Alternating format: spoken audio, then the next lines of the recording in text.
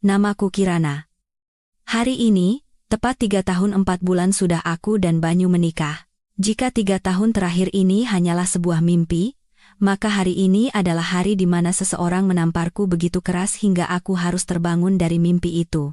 Ini adalah hari di mana rasa sakit menusuk hingga ke tulang. Semua berawal di meja makan malam. Ibu mertuaku, Ibu Ratna, mulai mengomel dengan suara melengking yang menusuk telinga. Seperti biasa, katanya, masakan yang kubuat terlalu asin. Kirana, kamu ini masak untuk manusia atau untuk apa? Asinnya seperti lautan. Mau orang tua sepertiku ini cepat mati karena darah tinggi? Ya? Aku menunduk dan makan dalam diam. Aku tahu betul. Apapun yang kukatakan, ibu mertuaku akan selalu menemukan celah untuk menyalahkanku. Tahan sedikit lagi. Setelah makan malam selesai dan kami naik ke kamar kami di lantai 2, semua akan kembali tenang. Namun, sepertinya hari ini beliau sedang ingin mencari gara-gara. Ibu mertuaku meletakkan sendok dan garpunya ke meja dengan bunyi brak yang keras, lalu membentakku. Kenapa tidak menjawab? Kamu sedang cemberut pada siapa? Hah? Mentang-mentang orang tuamu kaya, kamu pikir bisa berbuat seenaknya di sini? Kamu sudah jadi menantu di keluarga Pramono, jadi kamu harus patuh pada aturan rumah ini. Amarah yang sudah lama terpendam naik, hingga menyumbat kerongkonganku. Aku mengangkat wajah dan berkata dengan suara yang kuusahakan setenang mungkin, Ibu, maaf kalau masakannya keasinan. Tadi saya tidak sengaja. Lain kali saya akan lebih berhati-hati, tapi tolong, jangan bawa-bawa keluarga saya. Ucapanku seolah menyiram bensin ke dalam api. Ibu mertuaku langsung berdiri dan menunjuk hidungku. Berani kamu membantahku sekarang? Hah? Banyu? Lihat istrimu yang kamu bawa ke rumah ini, dia mau memakanku hidup-hidup. Banyu, suamiku, hanya bisa menunduk dalam-dalam, seolah ingin menyembunyikan wajahnya di mangkuk nasi. Dia bergumam, Bu, Kirana. Sudahlah kalian berdua. Tiba-tiba, Bagas, adik iparku yang kerjanya hanya bermalas-malasan setiap hari, masuk dengan langkah gontai. Melihat suasana tegang, dia langsung membela ibunya. Dia melirikku sinis dan berkata, Kak Kirana, kenapa sih suka sekali membuat ibu kesal? Tidak tahu berterima kasih, ya? Api dalam diriku berkobar. Bagas, ini urusan antara aku dan ibumu. Kalau tidak tahu apa-apa, jangan ikut campur. Ibu mertuaku mengeluarkan suara aneh. Wajahnya memerah dan menghijau bergantian. Dunia mau kiamat. Hidup pun sudah tak ada gunanya. Tiba-tiba, beliau berbalik dan berlari ke arah lemari pajangan TV, membuka laci, dan mengambil 2 botol obat kecil. Aku ingat, itu suplemen minyak ikan impor yang kubelikan untuknya minggu lalu, harganya mahal, jutaan rupiah per botol. Saat kami semua masih bingung, ibu mertuaku membuka tutup botol, mendongakkan kepala, dan menuangkan seluruh isi kapsul dari kedua botol itu ke dalam mulutnya, seperti menuang kacang. Lalu, ia menelannya semua. Beliau memukul-mukul dadanya dan berteriak pada Banyu, Ibu tidak mau hidup lagi. Gara-gara istrimu ini, Ibu tidak bisa hidup lagi. Aku terdiam. Hanya karena masalah sepele, harus sampai seperti ini? Melihat ibunya menelan obat, mata Bagas memerah. Dia menunjukku dan berteriak, Kirana, lihat apa yang sudah kamu lakukan pada ibu. Kalau sampai ibu kenapa-kenapa, aku tidak akan melepaskanmu. Aku merasa bingung sekaligus sakit hati. Aku mencoba menjelaskan, itu suplemen minyak ikan, hanya suplemen. Diminum sebanyak apapun tidak akan membuat orang mati, tapi Bagas tidak mau mendengar. Amarah telah membutakannya. Dia berlari ke arahku seperti binatang buas. Secara naluriah, aku mundur, tapi tumitku membentur anak tangga pertama. Bagas, mau apa kamu? Teriakku ketakutan. Dia tidak berkata apa-apa, wajahnya bengis, dia mengangkat kakinya dan menendang perut bawahku sekuat tenaga. Tendangan pertama membuat tubuhku meringkuk, rasanya seperti ususku terpelintir. Tendangan kedua, ketiga. Aku tidak ingat. Aku hanya merasakan hantaman dahsyat yang terus-menerus mengenai tubuhku. Dia menendang sambil berteriak, berani kamu menyakiti ibuku? Hah? Kamu pikir kamu hebat? Pada tendangan ke-8, Dia mengerahkan seluruh tenaganya. Aku tidak sanggup berdiri lagi. Tubuhku terhuyung ke belakang, dunia terasa berputar. Di telingaku hanya terdengar makian melengking ibu mertuaku, napas berat adik iparku, dan jeritan kesakitan dari diriku sendiri. Lalu, aku terguling menuruni tangga dari lantai 2, satu persatu anak tangga.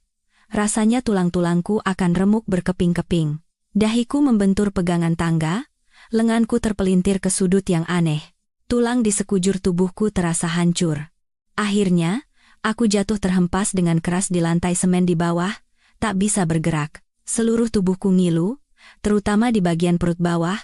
Rasanya seperti ada pisau yang mengiris-iris. Aku mencoba mengangkat kepala untuk melihat ke atas tangga. Di saat paling putus asa, secara naluriah aku mencari suamiku, Banyu. Aku berharap dia akan datang menolongku. Aku berharap dia akan menghentikan adiknya yang gila itu. Aku berharap dia akan mengatakan sesuatu untuk membelaku. Tapi tidak. Dia hanya berdiri di sana, di belakang ibu dan adiknya, dengan wajah pucat pasi dan bibir gemetar. Mata kami bertemu sesaat. Di matanya, selain keterkejutan, ada tatapan dingin yang membekukan hatiku. Dan saat aku menatapnya dengan tidak percaya, dia melakukan sesuatu yang tidak akan pernah kulupakan seumur hidupku. Dia perlahan-lahan menutup pintu kayu tipis yang membatasi lantai 2. Bunyi klik pelan itu memutus semua keributan dari lantai atas, dan juga memutus harapan terakhirku. Dunia menjadi sunyi. Hanya ada aku yang terbaring tak berdaya seperti ikan yang terdampar di lantai yang dingin. Air mata bercampur dengan darah yang mengalir dari dahi, mengaburkan pandanganku. Tapi yang lebih menyakitkan dari penderitaan fisik adalah hatiku yang hancur berkeping-keping. Aku tidak tahu berapa lama aku terbaring di lantai. Mungkin hanya beberapa menit, tapi rasanya seperti selamanya. Dengan tangan yang tidak terluka, aku perlahan menyandarkan diri ke dinding. Setiap gerakan menimbulkan rasa sakit yang menusuk hingga ke tulang. Aku merogoh saku, mengambil ponselku yang layarnya sudah retak. Jari-jariku yang gemetar menekan satu-satunya nomor yang terpikirkan saat ini. Ketika panggilan tersambung, terdengar suara lembut namun penuh tanya dari seberang sana, ibuku. Halo, Kirana? Ada apa? Nak? Menelepon jam segini? Begitu mendengar suara ibu, semua sesak di dada, rasa sakit, amarah, dan keputusasaan meledak bersamaan. Aku menahan isak tangis dan mencoba berbicara sejelas mungkin. Ibu, suaraku serak, tapi mengandung hawa dingin yang belum pernah ada sebelumnya. Malam ini, tolong hancurkan keluarga Pramono sampai ke akar-akarnya. Hening selama 2 detik di seberang sana, 2 detik yang terasa seperti 2 tahun. Lalu, suara ibuku yang terdengar lagi sudah benar-benar berubah. Tidak ada lagi kelembutan. Yang ada hanyalah suara tegas dan dingin yang jarang kudengar. Kirana, jangan takut nak. Katakan pada ibu, kamu di mana? Apa ada yang sakit? Aku menahan sesak di tenggorokan dan berkata dengan susah payah, aku di bawah tangga rumah Banyu. Bagas menendangku. Lalu aku terguling dari tangga. Lenganku tidak bisa digerakkan. Tetap di situ, nak. Jangan bergerak. Kata ibu segera. Ayah akan menghubungi rumah sakit terdekat. Ibu dan kakakmu akan segera ke sana, jangan tutup teleponnya. Tetap bicara dengan ibu. Aku mendengar suara langkah kaki tergesa-gesa melalui telepon, diiringi teriakan ibu, ayah. Dimas. Cepat. Kirana terluka, dia dianiaya di rumah Banyu. Lalu terdengar suara barang-barang jatuh dan langkah kaki yang riuh. Aku bisa membayangkan betapa paniknya suasana di rumah. Suara ibu terdengar lagi, tenang dan penuh wibawa. Kirana, dengarkan. Ayah sudah menyiapkan segalanya. Sekarang jangan pikirkan apa-apa. Ambulans sedang menuju ke rumah Banyu. Kalau ada yang mencoba menyentuhmu, sekecil apapun, berteriaklah yang kencang. Ibu bisa mendengarnya dari sini. Kata-kata ibu bagaikan perisai tebal yang melindungiku dari rumah yang dingin ini. Aku bersandar di dinding, mendengarkan napas tenang ibu dari seberang telepon, suara ayah yang sedang menelepon rumah sakit di kejauhan, dan suara kakakku, Dimas, yang menyalakan mobil. Rasa sakit di tubuhku seolah sedikit mereda. Aku tidak sendirian lagi. Tak lama kemudian, aku mendengar suara sirena ambulans dari luar, semakin lama semakin dekat, hingga berhenti tepat di depan rumah keluarga Pramono. Lalu, terdengar suara pintu digedor dengan keras. Pintu yang tertutup rapat di lantai atas akhirnya terbuka. Aku mendengar suara panik ibu mertuaku. "Siapa? Ada apa malam-malam begini?" Dari luar, suara petugas medis menjawab, "Ada panggilan darurat. Laporannya ada korban luka di alamat ini." Banyu, ibunya, dan adiknya bergegas menuruni tangga. Ketika mereka melihatku duduk di lantai dengan ponsel yang layarnya masih menyala di genggamanku, raut wajah mereka semua berubah. Banyu mencoba mendekat untuk membantuku, tapi dihentikan oleh petugas medis. Seorang petugas berjongkok di sampingku dan memeriksa kondisiku. Dia melihat lenganku yang terpelintir dan luka di dahiku dengan saksama. Tulangnya sepertinya patah dan kemungkinan ada gegar otak, harus segera dibawa ke rumah sakit. "Siapa dari keluarga yang akan ikut?" Ibu mertuaku cepat-cepat menyela. "Aduh, cuma terpeleset biasa saja. Kenapa heboh sekali? Bawa ke klinik dekat sini saja sudah cukup." Aku mengangkat teleponku dan berkata dengan suara keras dan jelas, "Ibu, ambulans sudah datang." Tapi tidak ada seorang pun dari keluarga Pramono yang mau ikut denganku. Dari seberang, suara ibu terdengar dingin. "Ibu dengar, suruh mereka menyingkir. Kamu pergi dengan petugas medis saja. Kita bertemu di rumah sakit." Aku mengangkat wajahku, menatap Banyu, dan menyampaikan kata-kata ibuku dengan jelas, kata demi kata. Ibuku bilang, "Kalian semua disuruh menyingkir." Wajah Banyu memerah padam. Dia menggigit bibirnya seolah ingin mengatakan sesuatu, tapi seorang petugas medis berkata dengan tidak sabar, "Kondisi pasien tidak stabil, harus segera ke rumah sakit. Tolong keluarganya segera putuskan." Akhirnya, di bawah tatapan dinginku dan desakan petugas medis, Banyu berkata dengan enggan, "Saya yang akan ikut." Di dalam ambulans, aku bahkan tidak mau menatap wajahnya. Aku memejamkan mata, dia duduk di sampingku dan mulai membela diri. "Kirana, dengarkan aku dulu. Ibu sudah tua. Jadi beliau melakukan itu tanpa berpikir. Bagas juga mungkin marah karena melihat kondisi ibu. Aku sendiri sangat terkejut sampai tidak bisa berbuat apa-apa. Aku membuka mata dan menatapnya tajam. "Banyu, yang ibumu telan itu suplemen minyak ikan. Adikmu menendangku. Dan kamu menutup pintu di depan wajahku. Sekarang kamu bilang kamu terkejut?" Aku menunjukkan ponsel di tanganku. "Sejak detik kamu menutup pintu itu, hubungan kita sudah berakhir." Ketika dia melihat layar ponselku yang masih menunjukkan status panggilan aktif, wajahnya menjadi sepucat kertas. Dia tidak berani berkata apa-apa lagi. Ambulans tiba di rumah sakit swasta terbaik di Jakarta dalam waktu singkat. Begitu mobil berhenti, aku melihat sekelompok orang sudah menunggu di pintu masuk. Yang paling depan adalah ayah, ibu, dan Kak Dimas. Di belakang mereka, ada beberapa pria berjas yang membawa map, sepertinya pengacara dan asistennya. Begitu melihatku diturunkan dari ambulans dengan dahi diperban dan lengan digips, ibu langsung menangis. Beliau berlari memegang tanganku yang tidak terluka dan berkata dengan suara bergetar, "Anakku, beraninya mereka melakukan ini padamu." Ayah dengan wajah tegang menanyakan kondisiku pada dokter. Lalu menoleh ke arah Banyu yang mengikutiku dengan canggung. Ayah menatapnya dengan tajam. Ayah tidak mengatakan sepatah kata pun padanya, tapi beralih pada seorang pria berkacamata yang berdiri di belakangnya. "Pak Tirtayasa, catat setiap prosesnya dan kumpulkan semua bukti. Minta visum dari lembaga paling terpercaya dan amankan semuanya sekarang juga." Pengacara Tirtayasa mengangguk. "Jangan khawatir, Pak Ketua. Semuanya sudah saya siapkan." Kak Dimas, yang biasanya suka bercanda, matanya kini penuh amarah. Dia berjalan mendekati Banyu hingga nyaris berhadapan. Suaranya rendah, seperti geraman binatang buas. "Banyu Pramono, jika terjadi sesuatu pada adikku, sedikit saja, seluruh keluargamu tidak akan hidup tenang." Banyu mundur selangkah karena takut. "Kak Dimas, kakak ipar, ini hanya salah paham." "Salah paham?" Kakakku mendesis dingin. "Tunggu sampai adikku selesai diperiksa. Nanti kita bicarakan salah paham versimu itu pelan-pelan." Aku segera dibawa ke ruang pemeriksaan. "Ayah, ibu, Kak Dimas, dan seorang ahli forensik yang dibawa oleh Pak Tirtayasa mendampingiku di setiap langkah. Hasil pemeriksaan sangat mengejutkan.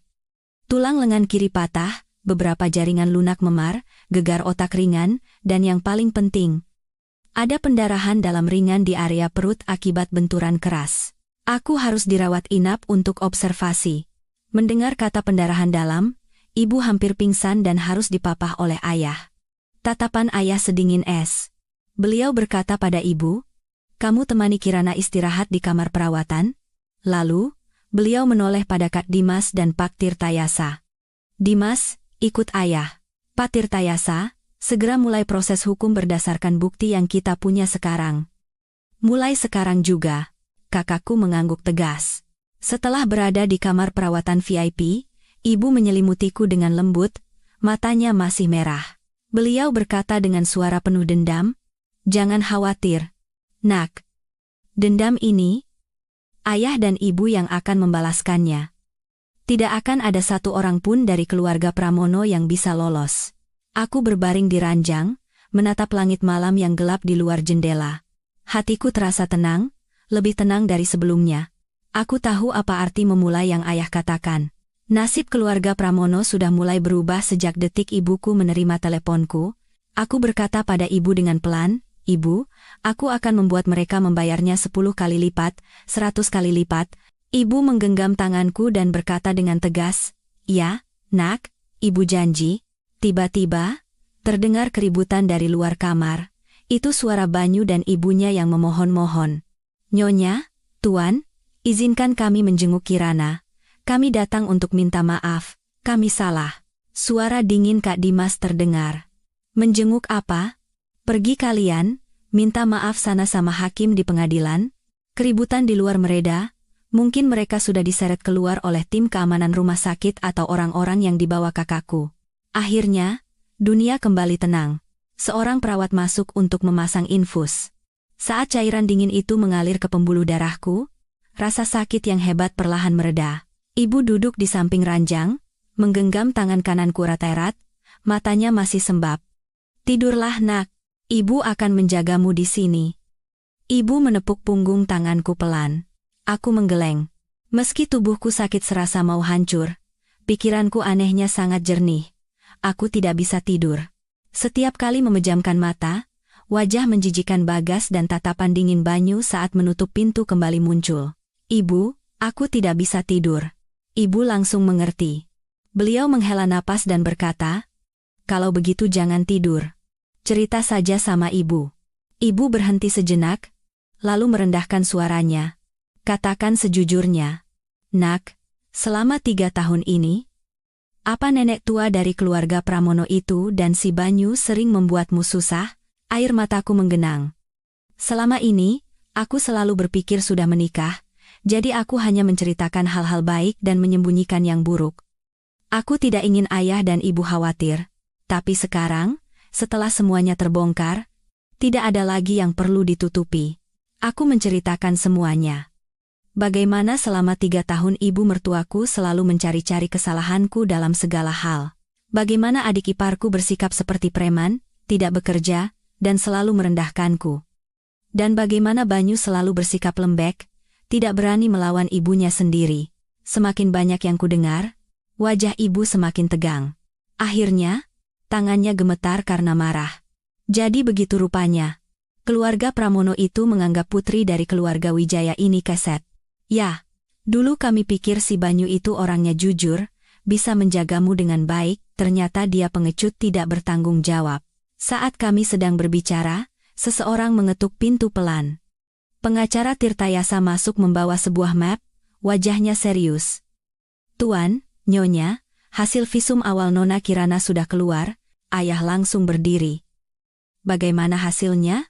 Pak Tirtayasa membuka mapnya.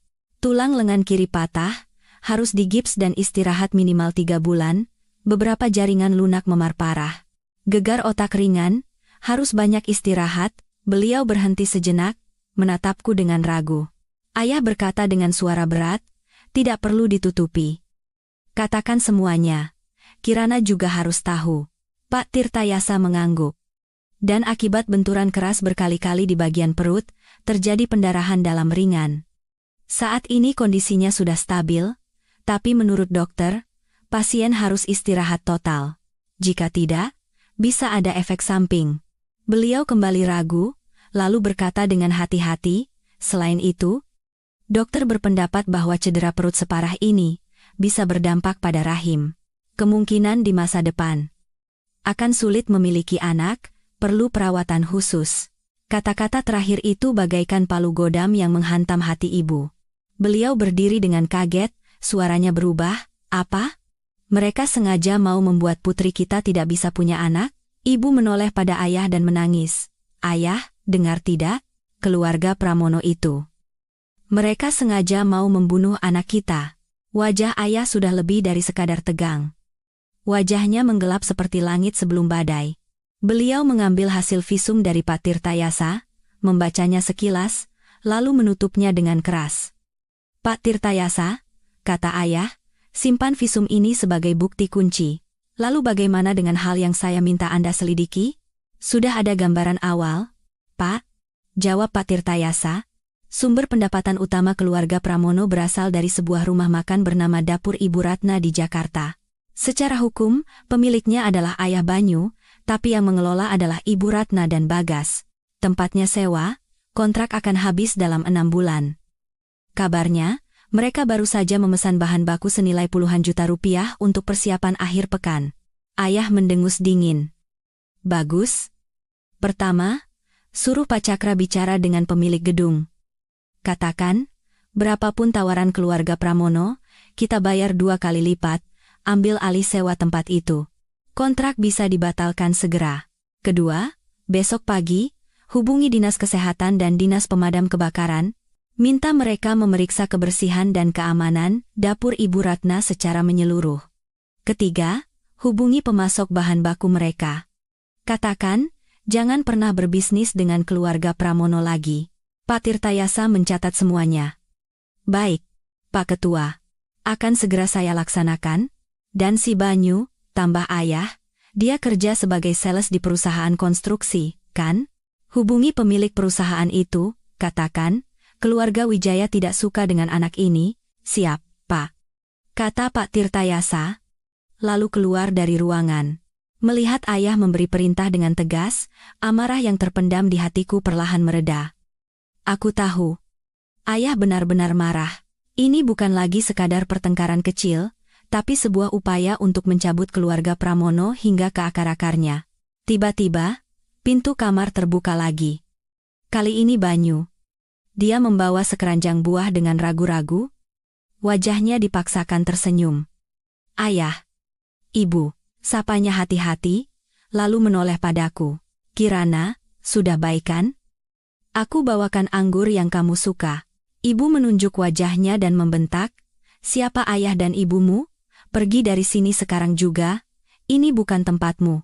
Banyu terkejut tapi masih nekat masuk dan meletakkan keranjang buah di meja. Dia menatapku dengan wajah sedih yang dibuat-buat. "Kirana, aku tahu kamu sedih. Ibu dan Bagas memang keterlaluan. Aku minta maaf mewakili mereka." "Banyu," potongku dingin. "Kalau hari ini yang terguling dari tangga adalah ibuku, yang menendang adalah kakakku, dan yang menutup pintu adalah aku, apa kamu akan menerima permintaan maafku?" Banyu terdiam. Wajahnya memerah padam, ragu-ragu sebelum akhirnya berkata, Tapi kita kan keluarga. Apa harus sampai seperti ini, Kirana? Demi hubungan 3 tahun kita sebagai suami istri, tidak bisakah kamu memaafkanku sekali ini saja?" "Ibu juga sekarang sakit, terbaring di rumah. Aku salah. Mulai sekarang aku pasti akan membelamu." "Suami istri?" Aku menatap wajahnya yang penuh kepura-puraan dan merasa jijik. "Sejak detik kamu menutup pintu itu, tidak ada lagi hubungan di antara kita." "Ibumu sakit? Aku hampir dibunuh oleh adikmu. Dokter bilang aku mungkin tidak bisa punya anak lagi." Banyu sepertinya tidak menyangka cederaku separah ini.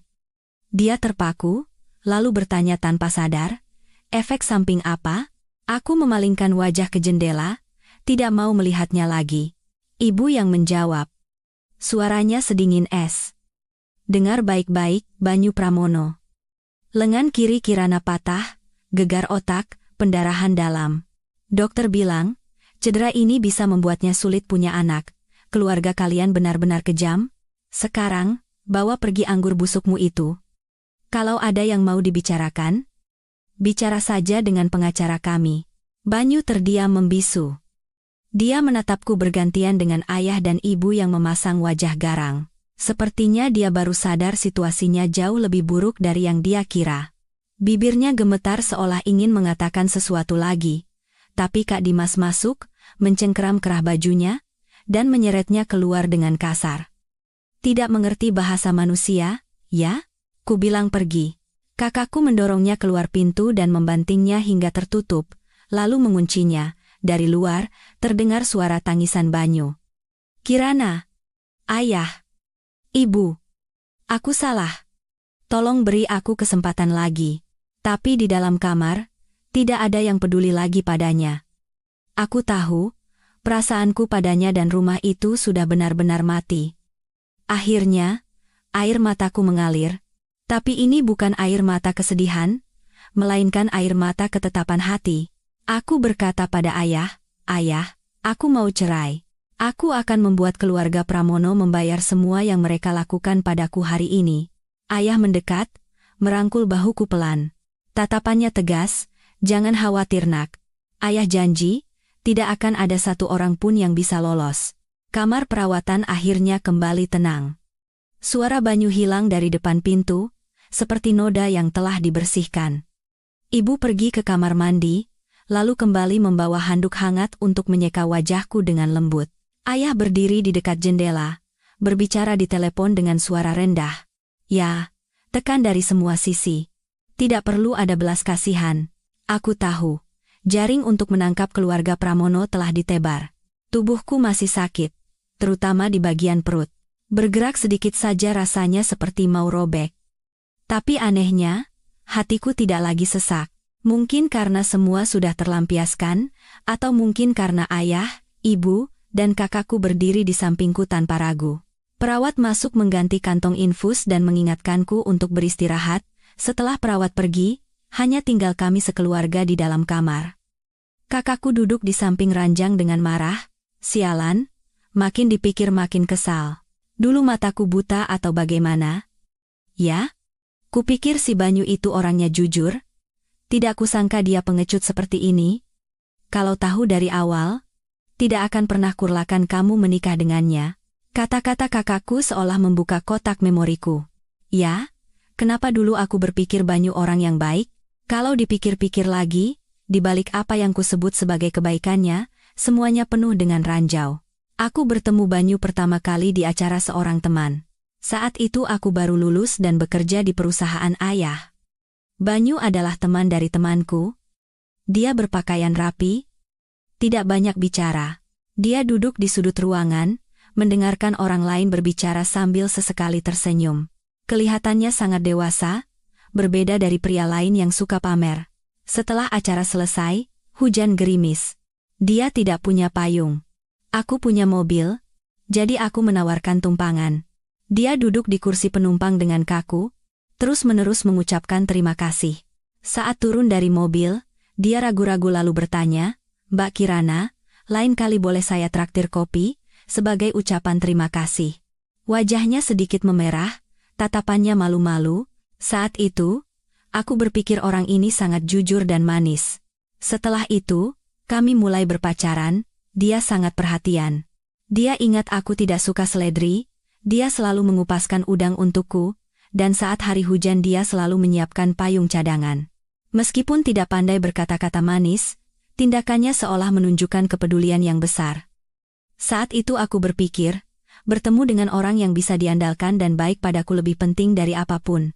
Pertama kali aku ke rumahnya untuk bertemu orang tuanya, aku merasa ada yang aneh. Mereka tinggal di rumah susun tua. Meskipun kecil, rumah itu cukup bersih tapi terasa menyesakkan. Ibu Ratna, ibunya, memegang tanganku dan berkata, "Wah, Kirana cantik sekali." Ya, dengar-dengar keluarganya punya bisnis besar.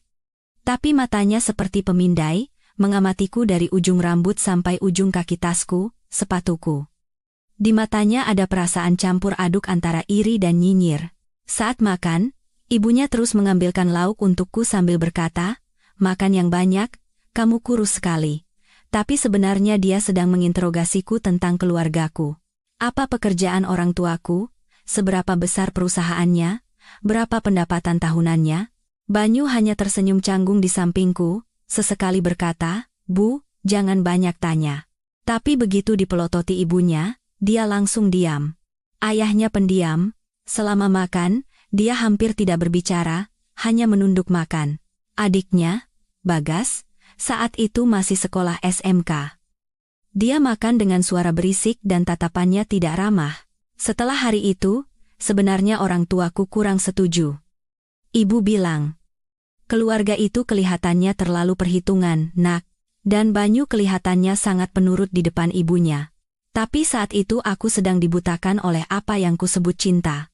Terlebih lagi, Banyu sangat baik padaku. Jadi aku bilang pada orang tuaku, "Ibu, Banyu ya Banyu, keluarganya ya keluarganya. Aku kan tidak akan tinggal dengan orang tuanya seumur hidup. Lagi pula, apa salahnya jadi orang jujur, lebih baik daripada laki-laki yang hanya pandai bicara." Orang tuaku tidak bisa membantah. Akhirnya mereka setuju kami menikah. Pernikahan kami diadakan dengan mewah. Pesta, mobil pengantin, gaun pengantin, semuanya dibiayai oleh keluargaku. Orang tuaku berpikir, punya anak perempuan satu-satunya, mereka ingin melepasnya dengan terhormat, asalkan aku bahagia, itu sudah cukup. Keluarga Pramono tidak mengeluarkan uang sepeser pun, tapi mendapat nama baik, jadi mereka sangat puas. Kalau dipikir-pikir sekarang, benih-benih konflik mungkin sudah ditanam sejak hari pernikahan. Saat acara sungkeman, Ibu Ratna memegang tanganku, tersenyum lebar hingga keriputnya terlihat jelas, sambil berkata dengan suara keras agar para tamu mendengar, "Wah, Besan, saya beruntung sekali dapat menantu anak konglomerat. Nanti keluarga Pramono kami bisa ikut kecipratan rezeki Kirana, nih." Saat itu aku hanya merasa malu. Banyu hanya tersenyum di sampingku. Baru belakangan ini aku mengerti arti kata-kata itu. Mereka memandangku dan keluarga Wijaya sebagai pendukung kuat yang bisa mereka andalkan kapan saja. Setelah menikah, kami tinggal bersama mertua. Keluarga Pramono tidak punya cukup uang untuk membeli rumah baru. Orang tuaku menawarkan untuk membelikan rumah, tapi aku menolak. Aku pikir, kalau pihak perempuan yang membelikan rumah setelah menikah, itu bisa melukai harga diri Banyu. Kalau dipikir-pikir sekarang, betapa bodohnya aku. Setelah tinggal satu atap, konflik meledak. Ibu Ratna selalu mencari-cari kesalahanku. Kalau aku beli baju baru, dia akan bilang aku boros. Kalau aku lelah pulang kerja dan pesan makanan online, dia akan menuduhku malas. Kalau aku memakai gajiku sendiri untuk membelikan hadiah untuk ibuku, dia akan menyindir selama berhari-hari bahwa setelah menikah, aku masih saja memikirkan rumah orang tuaku. Yang lebih lucu, di satu sisi dia menuduhku, di sisi lain dia tanpa malu-malu memanfaatkan koneksi keluargaku untuk mencarikan pekerjaan bagi adik iparku yang pengangguran dan memintaku mencarikan pelanggan untuk rumah makan mereka. Dan Banyu? Setiap kali aku bertengkar dengan ibunya, dia selalu mengatakan kalimat yang sama. "Kirana, ibu kan sudah tua. Sabar sedikit." Ya, beliau kan ibuku. Aku bisa apa? Suatu kali, aku sangat marah hingga kami bertengkar hebat. Aku menyebutnya anak mami. Dia memegangi kepalanya dan duduk merosot di lantai dengan putus asa. "Kirana, aku juga tidak mau begini." Tapi beliau ibuku. Orang yang melahirkan dan membesarkanku. Bagaimana mungkin aku menentangnya? Tolong mengerti aku, ya? Saat itu, melihat keadaannya yang menyedihkan, hatiku menjadi dingin. Kalau aku mengertimu, lalu siapa yang akan mengertiku? Tapi mengingat hubungan kami selama 3 tahun, aku kembali bersabar. Aku pikir, jika aku terus bersabar, keluarga ini akan baik-baik saja. Baru sekarang aku sadar, kesabaranku di mata mereka hanyalah kelemahan. Mereka sudah terbiasa menindasku, hingga berpikir bisa terus melakukannya. Ibu Ratna berani menelan suplemen minyak ikan untuk mengancamku, Bagas berani melakukan kekerasan padaku, dan Banyu berani menutup pintu di depanku dengan kejam semua. Karena mereka pikir Kirana adalah orang yang lemah dan keluarga Wijaya, akan diam saja demi menjaga nama baik. Kak Dimas, aku tersadar dari lamunan dan menatap kakakku yang sedang marah dengan senyum tipis. Meskipun baru tahu sekarang, belum terlambat, kakakku mengangguk tegas. Ya, belum terlambat. Kali ini, akan kuhabisi mereka.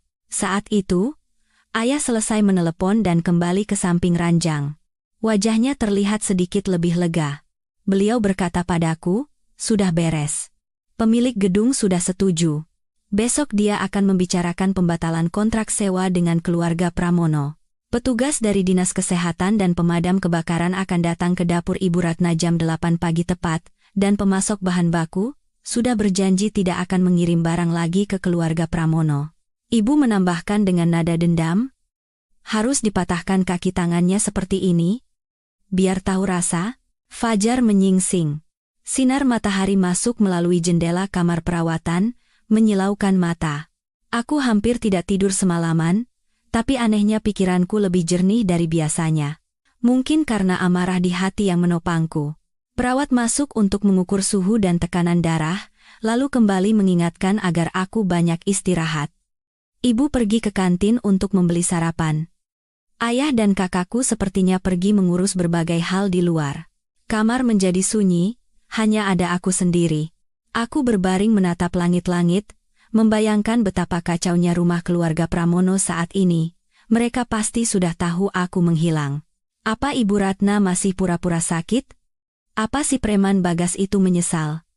Atau masih merasa benar? Dan Banyu? Apa dia masih mencari alasan untuk ibu dan adiknya? Sambil memikirkan cara membujukku, saat sedang melamun, pintu kamar terbuka pelan. Kak Dimas masuk membawa rantang, wajahnya menunjukkan ekspresi puas. Adikku sudah bangun? Ini bubur dari ibu, masih hangat. Cepat makan. Kakakku meletakkan rantang di meja, lalu mendekat dan merendahkan suaranya dengan antusias. Tahu tidak? Baru dapat kabar, rumah keluarga Pramono sekarang kacau balau. Aku mencoba bangun. Kakakku segera mengatur posisi ranjang. Kacau kenapa, Kak? Kakakku tersenyum licik. Tadi pagi sekitar jam 7, ibu-ibu penjual sate di depan rusun mereka lihat Banyu dan bapaknya lari-lari keluar. Mungkin mau ke rumah sakit, tapi tahu tidak, mobil butut mereka mogok. Si Banyu coba perbaiki lama sekali sampai keringatan, tapi tidak bisa. Akhirnya mereka lari ke jalan raya cari taksi. Aku bisa membayangkannya. Banyu sama sekali tidak mengerti mesin. Biasanya, rusak sedikit saja sudah harus ke bengkel. Mobilnya mogok di saat genting seperti ini, sudah pasti ada yang mengerjainya. Aku bertanya pada kakakku. Ulah kakak? Kan? Kakakku mengangkat dagunya dengan bangga. Tentu saja. Cuma pembuka kecil, biar mereka tahu rasanya kalau langit runtuh tapi tidak ada tempat untuk berlindung. Kakakku melanjutkan, yang lebih lucu lagi, tahu tidak? Setelah mereka naik taksi sampai di rumah makan kesayangan mereka itu, coba tebak apa yang mereka temukan? Apa, Kak? Tanyaku penasaran. Papan ditutup segel besar tertempel di pintu. Kakakku memperagakan. Petugas dari Dinas Kesehatan dan Pemadam Kebakaran sedang mengangkut barang-barang dari dalam. Kebersihan tidak memenuhi syarat, jalur evakuasi terhalang, pipa gas sudah tua masalahnya banyak sekali. Langsung disegel dan izinnya dibekukan. Ibu Ratna langsung terduduk di lantai, memukul-mukul kakinya sambil teriak-teriak tidak bisa hidup lagi, ada yang mau mencelakai mereka, sampai warga sekitar keluar menonton. Aku seolah bisa mendengar jeritan melengking Ibu Ratna. Dapur Ibu Ratna itu adalah urat nadi keluarga mereka. Sebagian besar pendapatan berasal dari sana. Sekarang setelah ditutup, artinya jalur rezeki mereka terputus. Dan bukan itu saja, lanjut kakakku. Pemasok bahan baku mereka juga menelepon, bilang tidak mau berbisnis lagi. Utang yang ada tidak perlu dibayar. Anggap saja lunas. Ibu Ratna memegang telepon sambil menangis memohon-mohon, tapi pemiliknya langsung menutup telepon. Aku mendengarkan dalam diam. Hatiku tidak merasa puas, melainkan merasakan ketenangan yang dingin. Ini baru permulaan. Baru langkah pertama untuk memutus kondisi finansial mereka, membuat mereka panik dan bingung. Rasa sakit yang sesungguhnya baru akan dimulai. Kak Dimas, setelah rumah makan ditutup, Mereka pasti akan semakin gila mencariku, kataku. Biar saja mereka cari, desis kakakku. Di rumah sakit ini sudah kujaga semua. Mereka tidak akan bisa sampai ke lantai ini. Ayah juga sudah lapor polisi, kalau mereka berani membuat onar di sini, bisa langsung ditangkap atas tuduhan menerobos masuk. Saat kami sedang berbicara, ponselku berdering. Itu nomor Banyu. Di layar, ada namanya beserta puluhan panggilan tak terjawab darinya dan nomor rumahnya. Kakakku melihat layar dan berkata, "Tidak usah diangkat. Biarkan dia panik." Aku mengangguk. Aku tidak mengangkat atau menolaknya, hanya membiarkan layar menyala lalu mati. Aku tahu, Banyu sekarang pasti gelisah seperti semut di atas wajan panas. Rumah makan ditutup, mobil mogok, aku tidak bisa dihubungi. Dengan sifatnya yang gampang panik, dia pasti sedang kalang kabut. Tak lama kemudian, ponselku berbunyi lagi. Kali ini pesan singkat, tentu saja dari Banyu. "Kirana, aku tahu kamu marah. Ini semua salahku. Sekarang ibu syok sampai jatuh sakit, dirawat di rumah sakit, rumah makan juga disegel entah oleh siapa. Keadaan di rumah kacau balau. Tolong angkat teleponku, atau setidaknya beritahu aku kamu di rumah sakit mana, aku akan ke sana. Kita bicara baik-baik, ya?" Aku membaca pesan itu, lalu menyerahkan ponselku pada kakakku. Kakakku membacanya sekilas lalu mendengus. "Ibu Ratna sakit jantung, orang yang menelan 2 botol suplemen minyak ikan dan tidak apa-apa itu, sekarang bisa sakit jantung, sandiwara. Rumahnya kacau, syukurin." Ini baru permulaan. Kakakku mengambil ponselku dan mengetik balasan. "Banyu Pramono, Kirana butuh ketenangan. Dia tidak mau bertemu siapapun dari keluarga Pramono. Kalau ada yang mau dibicarakan, bicara dengan pengacaraku. Dan sampaikan pada ibumu, berhenti bersandiwara. Nanti sakit sungguhan." Setelah mengirim pesan, kakakku langsung memblokir nomor Banyu. Nah, sekarang tenang. Aku tahu, pesan dari kakakku itu bagaikan seember air dingin yang memadamkan sisa harapan di hati Banyu. Dia pasti sadar bahwa menangis, memohon, dan bersikap menyedihkan sudah tidak mempan lagi. Ibu kembali membawa bubur hangat. Melihat wajahku tampak lebih baik, beliau terlihat lega. Ibu menyuapiku sambil berkata, "Tadi dengar dari bawah, Pak Cakra sudah bicara dengan pemilik gedung. Dendanya kita yang bayar. Minta mereka kosongkan tempat hari ini juga." "Disuruh kosongkan, itu sama saja menolong mereka." "Bu," kata kakakku. "Lokasinya kan bagus?" Saat itu, ayah masuk dan melanjutkan dengan suara datar namun penuh wibawa. "Kita tidak akan menggunakannya sendiri, biarkan saja kosong atau disewakan pada orang lain. Tapi kita tidak akan pernah memberi kesempatan lagi pada keluarga Pramono. Harus membuat mereka tahu, kalau berani menyentuh keluarga Wijaya, di Jakarta ini tidak akan ada tempat untuk mereka." Aku menelan sesendok bubur hangat. Perutku terasa lebih nyaman. Aku tahu ayah tidak sedang membual, tapi mengatakan kebenaran. Keluarga Pramono bagaikan katak dalam tempurung. Langit yang selama ini mereka lihat hanya sebesar lubang sumur yang diizinkan oleh keluarga kami. Sekarang, lubang sumur itu akan ditutup. "Ayah, kalau rumah makan bangkrut, mereka tidak punya pemasukan lagi, dong? Orang seperti Bagas, kalau sudah terdesak, apa tidak akan berbuat nekat?" Tanyaku, sedikit khawatir. Dengan sifat preman Bagas, sepertinya dia bisa melakukan apa saja. Ayah mengangguk, matanya tajam. "Jangan khawatir. Ayah sudah menyuruh orang mengawasinya. Kalau dia berbuat aneh sedikit saja, akan langsung dihitung bersama dengan kesalahannya yang lama." Saat kami sedang berbicara, pengacara Tirtayasa mengetuk pintu dan masuk. Di tangannya ada sebuah tablet. Wajahnya serius, tapi ada sedikit kegembiraan seolah menemukan petunjuk baru. "Pak Ketua, Nona, sesuai perintah Bapak untuk menyelidiki Bagas lebih dalam, saya menemukan sesuatu yang tidak terduga." Kami semua menatapnya. Pak Tirtayasa menyalakan tabletnya. "Bulan November tahun lalu, saya menemukan catatan bahwa Bagas berjudi di kasino ilegal dan berkelahi dengan seseorang karena masalah uang hingga diadili di pengadilan tingkat pertama." "Kasino ilegal? Penganiayaan?" Aku terkejut. Aku tahu Bagas preman pengangguran, tapi tidak menyangka sampai berjudi. Apa Ibu Ratna dan Banyu tahu soal ini? Pasti tahu. Mungkin mereka ikut menutupi atau bahkan memberikan uang untuk membayar utangnya. Kakakku menepuk pahanya. Sialan, penjudi juga. Ya? Makin seru ini. Meskipun kasusnya sudah selesai, lanjut Pak Tirtayasa, masih ada celah untuk diperkarakan lagi, terutama jika kita bisa menemukan korban yang dia aniaya saat itu. Ayah berpikir sejenak. Bisa ditemukan? Sedang dilacak, Pak, jawab Pak Tirtayasa yakin. Jika korban ditemukan, kita bisa mendukungnya untuk melakukan pemeriksaan ulang. Jika memenuhi unsur penganiayaan berat, kita bisa menuntut Bagas secara pidana. Selain itu, masalah perjudiannya sendiri juga bisa jadi masalah. Aku menatap catatan samar di tablet Pak Tirtayasa dan merasakan hawa dingin menjalari tubuhku. Keluarga Pramono ternyata lebih kotor dari yang kuduga. Ibu Ratna setiap hari bicara soal nama baik, tapi membesarkan anak yang berjudi dan menganiaya orang. Sungguh ironis.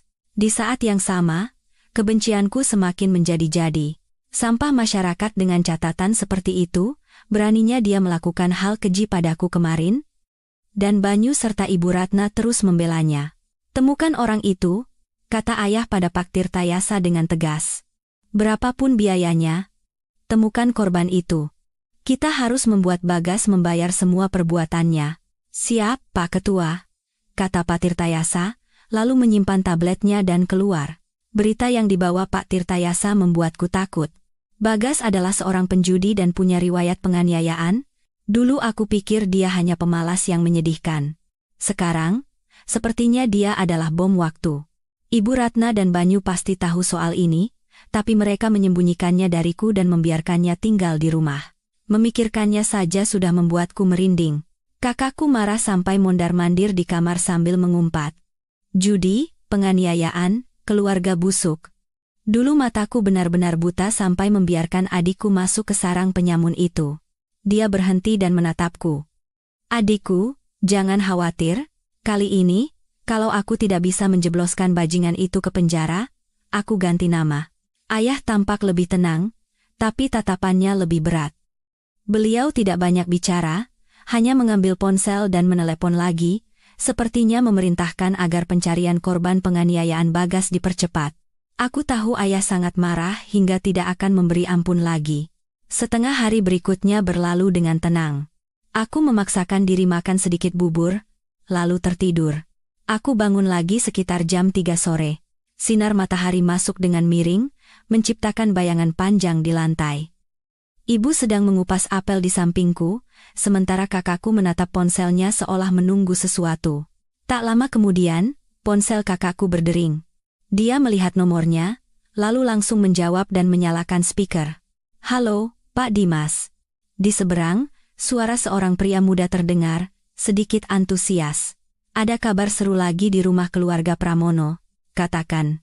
Kata kakakku singkat. Baru saja, Pak. Pemilik gedung datang ke rumah makan untuk menyuruh mereka mengosongkan tempat. Ibu Ratna dan Bagas sedang beres-beres di dalam. Begitu pemilik gedung bilang kontrak tidak diperpanjang dan harus pindah hari ini, langsung ribut. Ibu Ratna menangis meraung-raung seperti biasa, memegangi kaki pemilik gedung tidak mau lepas. Katanya ini wan prestasi, harus bayar ganti rugi, kalau tidak dia mau mati di situ. Aku bisa membayangkan adegan menjijikan itu. Ibu mengerutkan kening dengan jijik. Pria di telepon melanjutkan, Bagas lebih parah lagi, Pak. Dia mengeluarkan pisau dapur dan mengancam pemilik gedung. Untung kita sudah menempatkan 2 orang menyamar di antara kerumunan. Begitu lihat situasi memburuk, mereka langsung meringkus Bagas. Pemilik gedung juga tidak mau kalah, langsung lapor polisi. Polisi datang? Tanya kakakku. Iya, Pak. 2 orang polisi datang. Begitu Ibu Ratna lihat polisi, dia langsung tiduran di lantai sambil teriak-teriak dianiaya, penyakit jantungnya mau kumat. Tapi tahu tidak, Pak, tetangga dan pemilik warung di seberang malah membela pemilik gedung. Mereka bersaksi kalau ibu dan anak itu yang lebih dulu membuat onar, bahkan mengancam dengan pisau. Polisi memeriksa CCTV, buktinya jelas.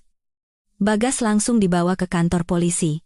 Tuduhannya menghalangi petugas dan pengancaman dengan senjata tajam. Paling tidak ditahan 5,10 hari. Ibu Ratna juga diperingatkan, kalau masih teriak-teriak, akan ikut dibawa. Bagus, kakakku menepuk pahanya dan tertawa puas. Biar saja dia mengamuk, makin heboh, makin bagus. Biar semua orang tahu sifat asli keluarga itu. Setelah menutup telepon, kakakku menoleh padaku dengan antusias. Dengar, kan? Si Bagas itu ditangkap polisi. Paling tidak, bisa tenang beberapa hari. Ini benar-benar kabar baik. Dengan ditahannya Bagas, seolah taring buasnya telah dicabut. Setidaknya untuk sementara ini, dia tidak bisa menggangguku. Dan dengan insiden ini, reputasi keluarga itu yang sudah sedikit, pasti akan hancur lebur. Ibu Ratna bagaimana? Tanyaku. Hah, dia bisa apa? Paling juga menangis sambil memohon pada anak kesayangannya si Banyu itu untuk menolongnya. Desis kakakku. Banyu sendiri sekarang tidak bisa menolong dirinya sendiri, mana bisa menolong orang lain. Tak lama kemudian, tidak sampai setengah jam, ponselku berdering lagi. Nomor asing dari luar kota. Aku menduga itu Banyu yang menggunakan telepon orang lain. Aku menatap kakakku, dia mengangguk, menyuruhku mengangkat dan menyalakan speaker. Aku menarik napas dalam-dalam dan menjawab. Aku tidak mengatakan apa-apa. Dari seberang, terdengar suara tangisan bercampur kepanikan dan kekhawatiran Banyu. Kirana? Kirana? Kan? Tolong Bagas. Dia ditangkap polisi. Aku berkata dengan suara dingin. Dia ditangkap polisi? Apa hubungannya denganku? Banyu buru-buru berkata, pemilik gedung mau mengusir kami. Ibu dan Bagas cuma sedikit emosi, tidak sengaja, Kirana. Aku tahu kamu marah, tapi Bagas kan adikku, adik iparmu juga. Kalau dia punya catatan kriminal, masa depannya hancur. Tolong bicaralah dengan ayah dan ibumu, minta mereka bilang pada pemilik gedung untuk tidak memperpanjang masalah. Rumah makan itu, kami tidak bisa kehilangannya. Sampai detik ini, dia masih membela adiknya yang bejat itu dan hanya memikirkan rumah makan keluarganya. Sisa rasa kasihan sekecil debu yang terkumpul selama 3 tahun, lenyap tak bersisa. Aku berkata, Banyu, dengar baik-baik. 1. Mengancam orang dengan pisau itu tindakan kriminal. Polisi menangkapnya itu sudah benar. 2. Rumah makan itu milik pemilik gedung. Dia mau menyewakan atau tidak, itu haknya. 3. Urusan keluargamu sekarang tidak ada hubungannya lagi denganku dan keluarga Wijaya. Mulai sekarang, jangan telepon lagi. Kirana? Kenapa kamu sekejam ini? Raung Banyu di telepon. Kita sudah 3 tahun menikah. Apa kamu tega melihat keluarga kami hancur? Ibu syok sampai sakit. Bagas ditangkap. Rumah makan hilang. Aku harus bagaimana? Harus bagaimana? Aku mengulangi kata-katanya dan tertawa miris. Kemarin, saat adikmu menendangku, saat kamu menutup pintu di depanku, apa kamu pernah berpikir aku harus bagaimana? Banyu, ini semua akibat perbuatan kalian sendiri. Konsekuensinya, kalian harus tanggung sendiri. Selesai bicara, aku tidak memberinya kesempatan lagi. Aku langsung memutuskan panggilan dan memblokir nomor itu. Dunia kembali sunyi. Kakakku mengacungkan jempol. Bagus, Dik, harus tegas seperti itu. Sama orang tidak tahu malu seperti itu, tidak perlu dihargai. Ibu juga berkata dengan lega, akhirnya bisa lepas dari lintah-lintah itu. Bagus, Nak, aku tahu. Aku dan keluarga Pramono serta Banyu telah menyeberangi sungai yang tak bisa kembali. Tapi itu lebih baik. Bersih. Sore harinya, Laras, sahabatku, datang menjenguk membawa sekeranjang besar buah. Begitu masuk kamar dan melihatku dengan dahi diperban, lengan digips, terbaring di ranjang, matanya langsung memerah. Kirana. Dia berlari ke samping ranjang dan berkata hati-hati agar tidak menyentuhku. Kamu kenapa? Kemarin kita masih ngobrol baik-baik. Keluarga Pramono itu, sudah kuduga. Laras adalah sahabat terdekatku. Orangnya blak-blakan. Dulu, setiap kali aku mengeluh tentang keluarga suamiku, dia selalu menyarankan agar aku melawan atau pisah rumah.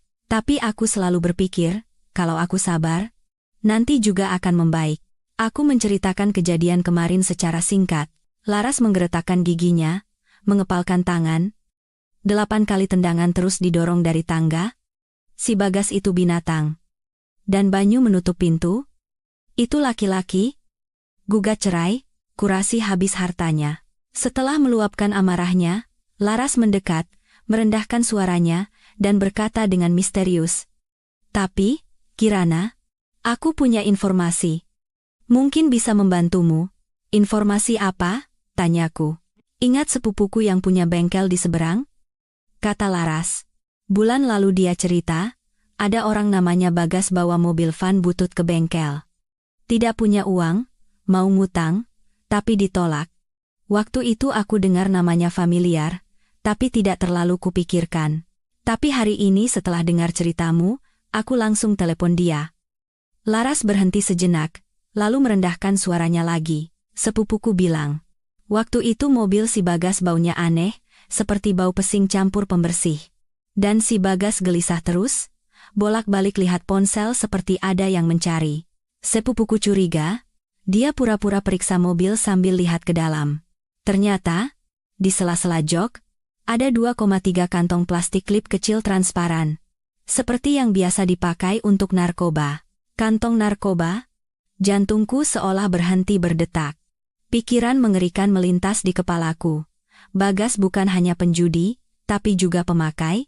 Laras melihat wajahku yang terkejut dan mengangguk cepat. Aku tidak yakin, tapi sepupuku bilang 9 dari 10 kemungkinan iya. Dia juga ingat plat nomornya. Kirana, ini bukan masalah sepele lagi. Kamu mau bagaimana? Aku langsung menoleh pada kakakku dan ibu. Mereka juga mendengar ucapan Laras. Wajah mereka langsung serius. Jika Bagas benar-benar memakai narkoba, ceritanya akan sangat berbeda. Ini bukan lagi sekadar kekerasan dalam rumah tangga atau penganiayaan biasa. Ini adalah kejahatan serius. Kakakku langsung mengambil ponsel. Harus segera beritahu ayah dan Pak Tirtayasa. Kalau ini benar, si Bagas tidak akan berakhir hanya dengan ditahan beberapa hari. Aku menatap keluar jendela yang mulai gelap dan merasakan darahku mendingin. Sumur yang bernama keluarga Pramono ini, semakin digali semakin dalam dan semakin kotor. Ibu Ratna bilang itu anak bungsunya yang paling disayang. Itu keluarga yang harus dia lindungi, tekad yang lebih kuat muncul di hatiku. Keluarga seperti ini, harus diputus sampai tuntas. Dan mereka harus menerima hukuman sesuai hukum seberat-beratnya. Laras? Aku memegang tangan Laras. Terima kasih banyak sudah memberitahuku. Ini bisa jadi petunjuk yang sangat penting. Laras membalas genggamanku dan berkata dengan tegas, antara kita tidak perlu terima kasih. Kalau ini bisa membantumu dan membuat keluarga busuk itu mendapat ganjarannya, aku akan melakukan apa saja. Petunjuk baru muncul, petunjuk yang mengarah ke jurang yang lebih gelap. Aku bisa mengencangkan genggamanku pada jerat yang telah kusiapkan untuk Bagas, narkoba. Bagas mungkin seorang pecandu. Ini adalah hal yang mengerikan dan di luar bayanganku, jauh lebih parah dari perjudian atau penganiayaan. Jika benar, dia adalah sampah masyarakat yang tidak bisa ditolong lagi.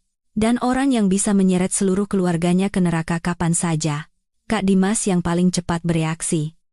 Dia membawa ponselnya keluar kamar, mungkin menelepon ayah dan Pak Tirtayasa. Masalah ini terlalu besar untuk diabaikan. Harus segera ditindaklanjuti. Ibu memegangi dadanya, wajahnya pucat.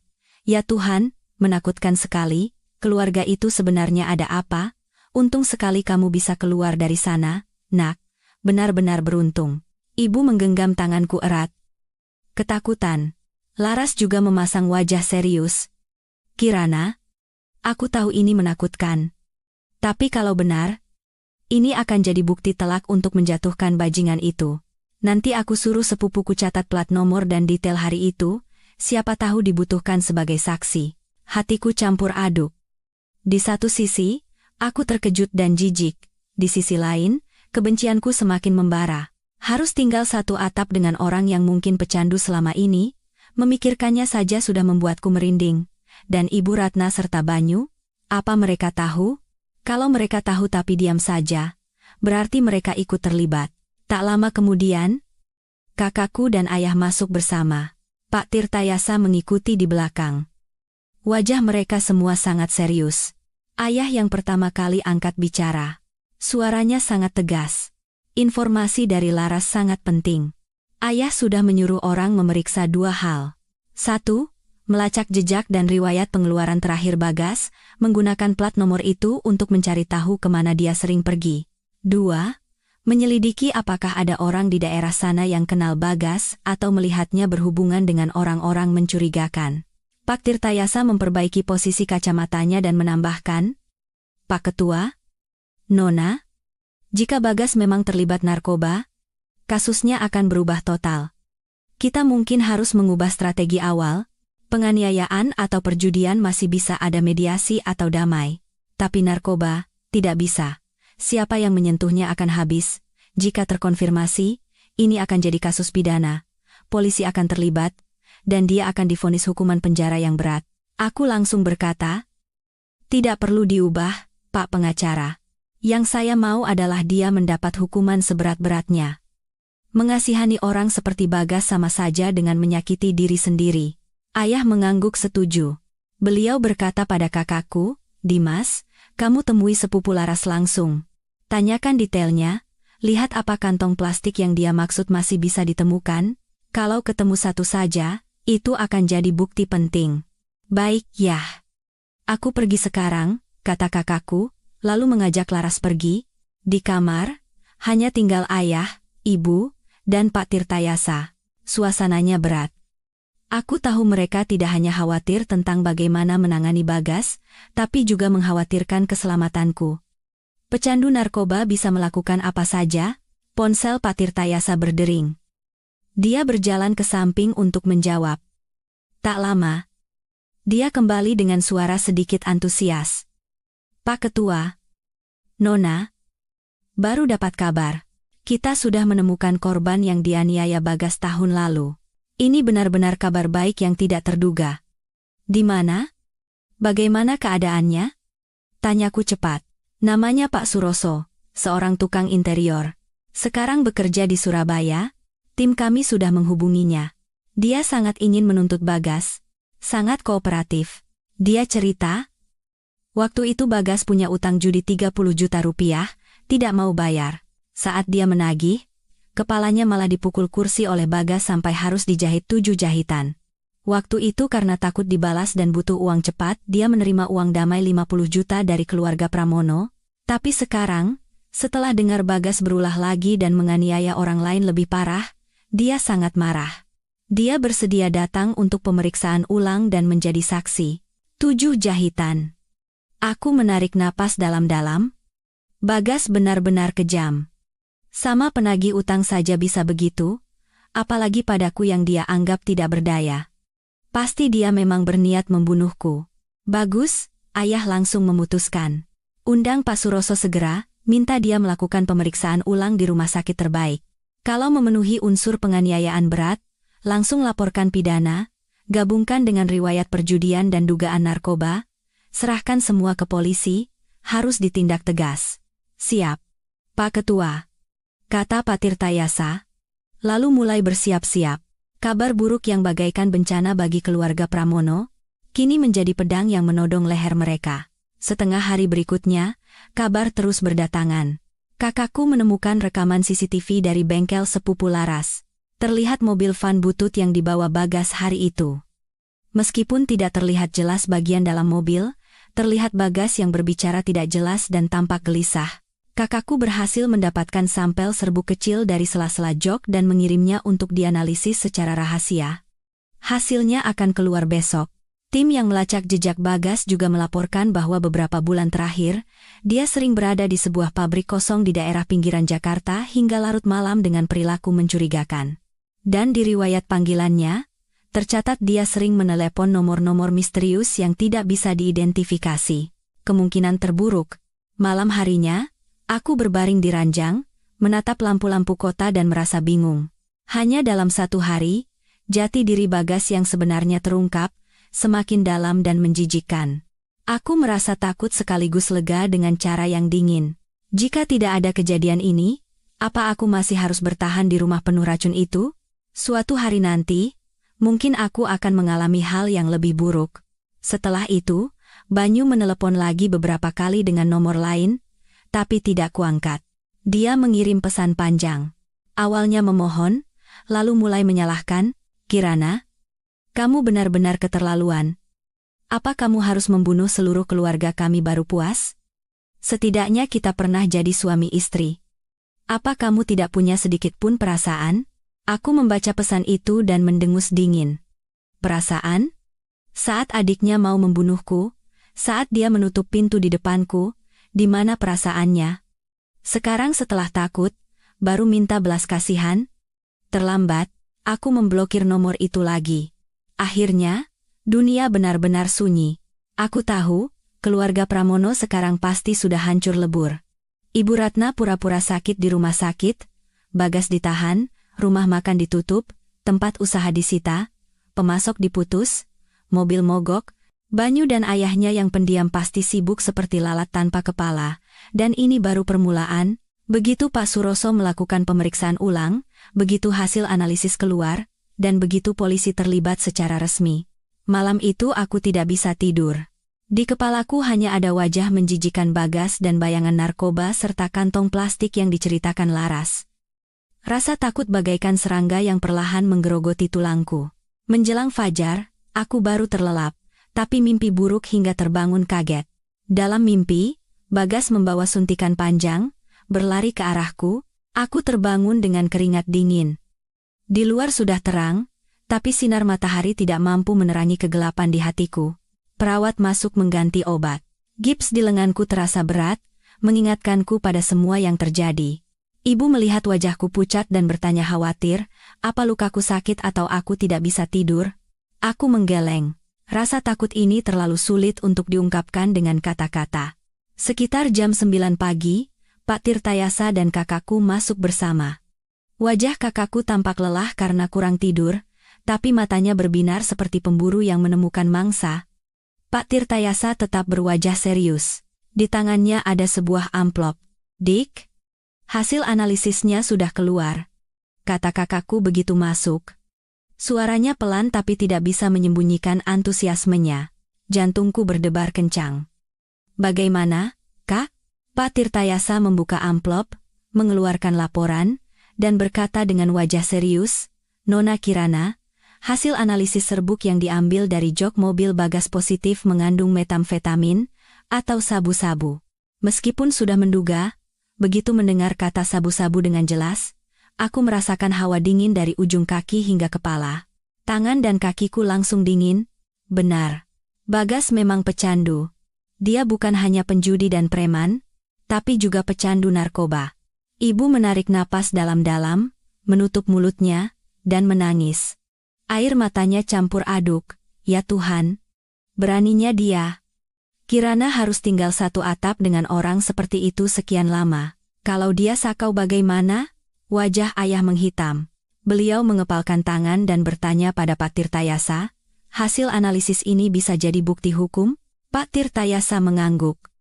Laporan ini dikeluarkan oleh lembaga independen yang terakreditasi, punya bobot yang cukup kuat. Tapi untuk menjadi bukti mutlak di pengadilan, idealnya sampel diambil secara sah oleh polisi saat penyelidikan. Tapi ini sudah cukup menjadi petunjuk kuat bagi polisi untuk meminta surat perintah penyelidikan. "Bagaimana dengan Pak Suroso?" tanya ayah lagi. "Sudah dijemput. Sekarang menginap di hotel terdekat dan akan menjalani pemeriksaan ulang di lembaga terakreditasi pagi ini. Melihat riwayat pengobatan dan foto lukanya dulu, kemungkinan besar akan memenuhi unsur penganiayaan berat." "Bagus," kata ayah tegas. "Begitu hasil pemeriksaan ulang keluar, jika memenuhi unsur, kumpulkan semua informasi perjudian Bagas. Petunjuk narkoba laporkan ke Polres. Harus dituntut dengan pasal berlapis. Aku tahu ini artinya hukuman Bagas telah naik tingkat dari sengketa perdata atau KDRT menjadi hukuman pidana. Dia akan masuk penjara." "Ayah," kataku dengan suara sedikit serak. "Kalau lapor polisi, beritanya akan tersebar. Kan? Bagas sekarang masih ditahan. Kalau dia tahu kita lapor soal narkoba, keluarganya." Ayah melambaikan tangan. Tatapannya tajam. "Jangan khawatir. Ayah sudah siapkan semuanya. Laporan akan dimulai dari kasus penganiayaan Pak Suroso dulu. Dugaan narkoba akan dijadikan informasi tambahan untuk diselidiki secara rahasia sampai bukti cukup kuat untuk melakukan penangkapan. Informasi tidak akan bocor. Keluarga Pramono sekarang pasti sedang pusing. Tidak akan terpikir kita sudah menyelidiki sampai sejauh ini. Aku sedikit lega. Ayah memang sangat teliti. Tiba-tiba, ponselku bergetar. Pesan baru masuk. Nomor tidak dikenal. Aku membuka pesan itu dan terkejut dengan isinya. Mbak Kirana, saya Rahmat, rekan kerja Mas Banyu. Maaf menghubungi tiba-tiba. Mas Banyu dipecat dari perusahaan tadi pagi. Alasannya pelanggaran berat peraturan perusahaan. Kondisi mentalnya sekarang tidak stabil, mungkin akan mencari Mbak Kirana. Mohon berhati-hati. Banyu dipecat. Aku menunjukkan pesan itu pada ayah, kakakku, dan Pak Tirtayasa. Kakakku mendengus, cepat juga kerjanya. Bagus, tidak perlu kita repot-repot. Ayah berkata pada Pak Tirtayasa. Lacak nomor ini. Pastikan sumber informasinya, dan tingkatkan keamanan di rumah sakit. Kalau Banyu datang, jangan biarkan dia mendekati kamar ini. Jika perlu, gunakan tindakan tegas. Siap, Pak Ketua. Kata Pak Tirtayasa, lalu mulai berkoordinasi. Tak lama kemudian, belum sampai jam 11, terdengar keributan di lorong luar kamar. Itu suara serak Banyu. Biarkan aku masuk. Aku harus bertemu Kirana. Dia istriku. Kalian siapa berani melarang? Lalu terdengar suara rendah dan tegas dari petugas keamanan dan orang-orang yang disiapkan kakakku. Aku menyuruh ibu mengintip dari celah pintu. Banyu ditahan oleh 2 petugas keamanan bertubuh tinggi, tertahan beberapa meter dari kamar kami, rambutnya acak-acakan, matanya merah, kemejanya kusut, dasinya miring. Penampilannya yang dulu rapi telah lenyap. Dia melihatku melalui celah pintu dan meronta sekuat tenaga seperti orang tenggelam yang menemukan pelampung, sambil berteriak, Kirana, Kirana, dengarkan aku. Aku salah, aku benar-benar salah. Tolong maafkan aku sekali ini saja, aku tidak bisa kehilangan pekerjaan, kalau aku dipecat, keluarga kita hancur. Aku menatapnya dengan dingin, tidak berkata apa-apa. Dia menangis putus asa dan berteriak lagi, Kirana, kita sudah 3 tahun menikah, tolong bicaralah pada ayah dan ibumu untukku. Biarkan aku kembali bekerja seperti dulu, mulai sekarang aku akan baik padamu, sungguh. Aku akan mendengarkanmu. Kalau perlu putus hubungan dengan ibu dan Bagas, aku mau. Tolonglah, putus hubungan? Baru sekarang dia mengucapkan kata itu? Sungguh menggelikan.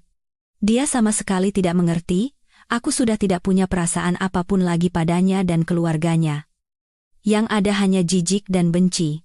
Kakakku berdiri menghalangi pintu dan berkata pada Banyu dengan dingin, Banyu Pramono, masih punya muka kamu teriak-teriak di sini? Pergi. Adikku tidak mau melihatmu. Keluargamu mau hidup atau mati, bukan urusan kami lagi. Kak Dimas.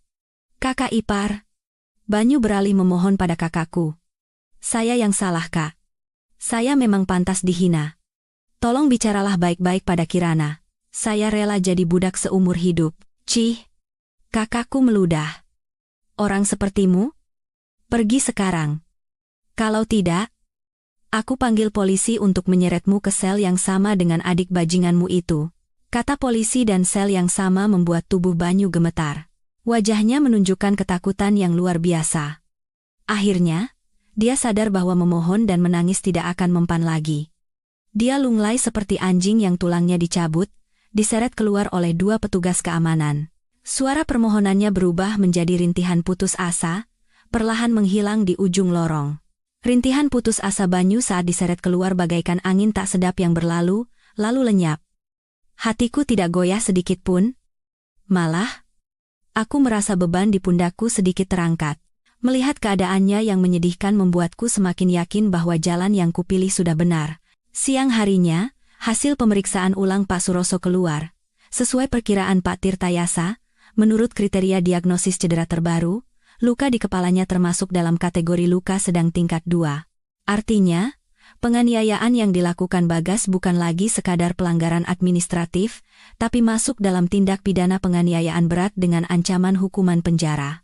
Pak Tirtayasa mengumpulkan semua dokumen visum Pak Suroso, surat perdamaian di masa lalu, riwayat perjudian, dan yang terpenting, laporan analisis metamfetamin lalu langsung menuju Bareskrim Polri. Alasan memilih Bareskrim adalah karena unit ini ahli dalam kasus narkoba, dan dengan pengaruh ayah, kasus ini akan mendapat prioritas dan diselidiki secara rahasia.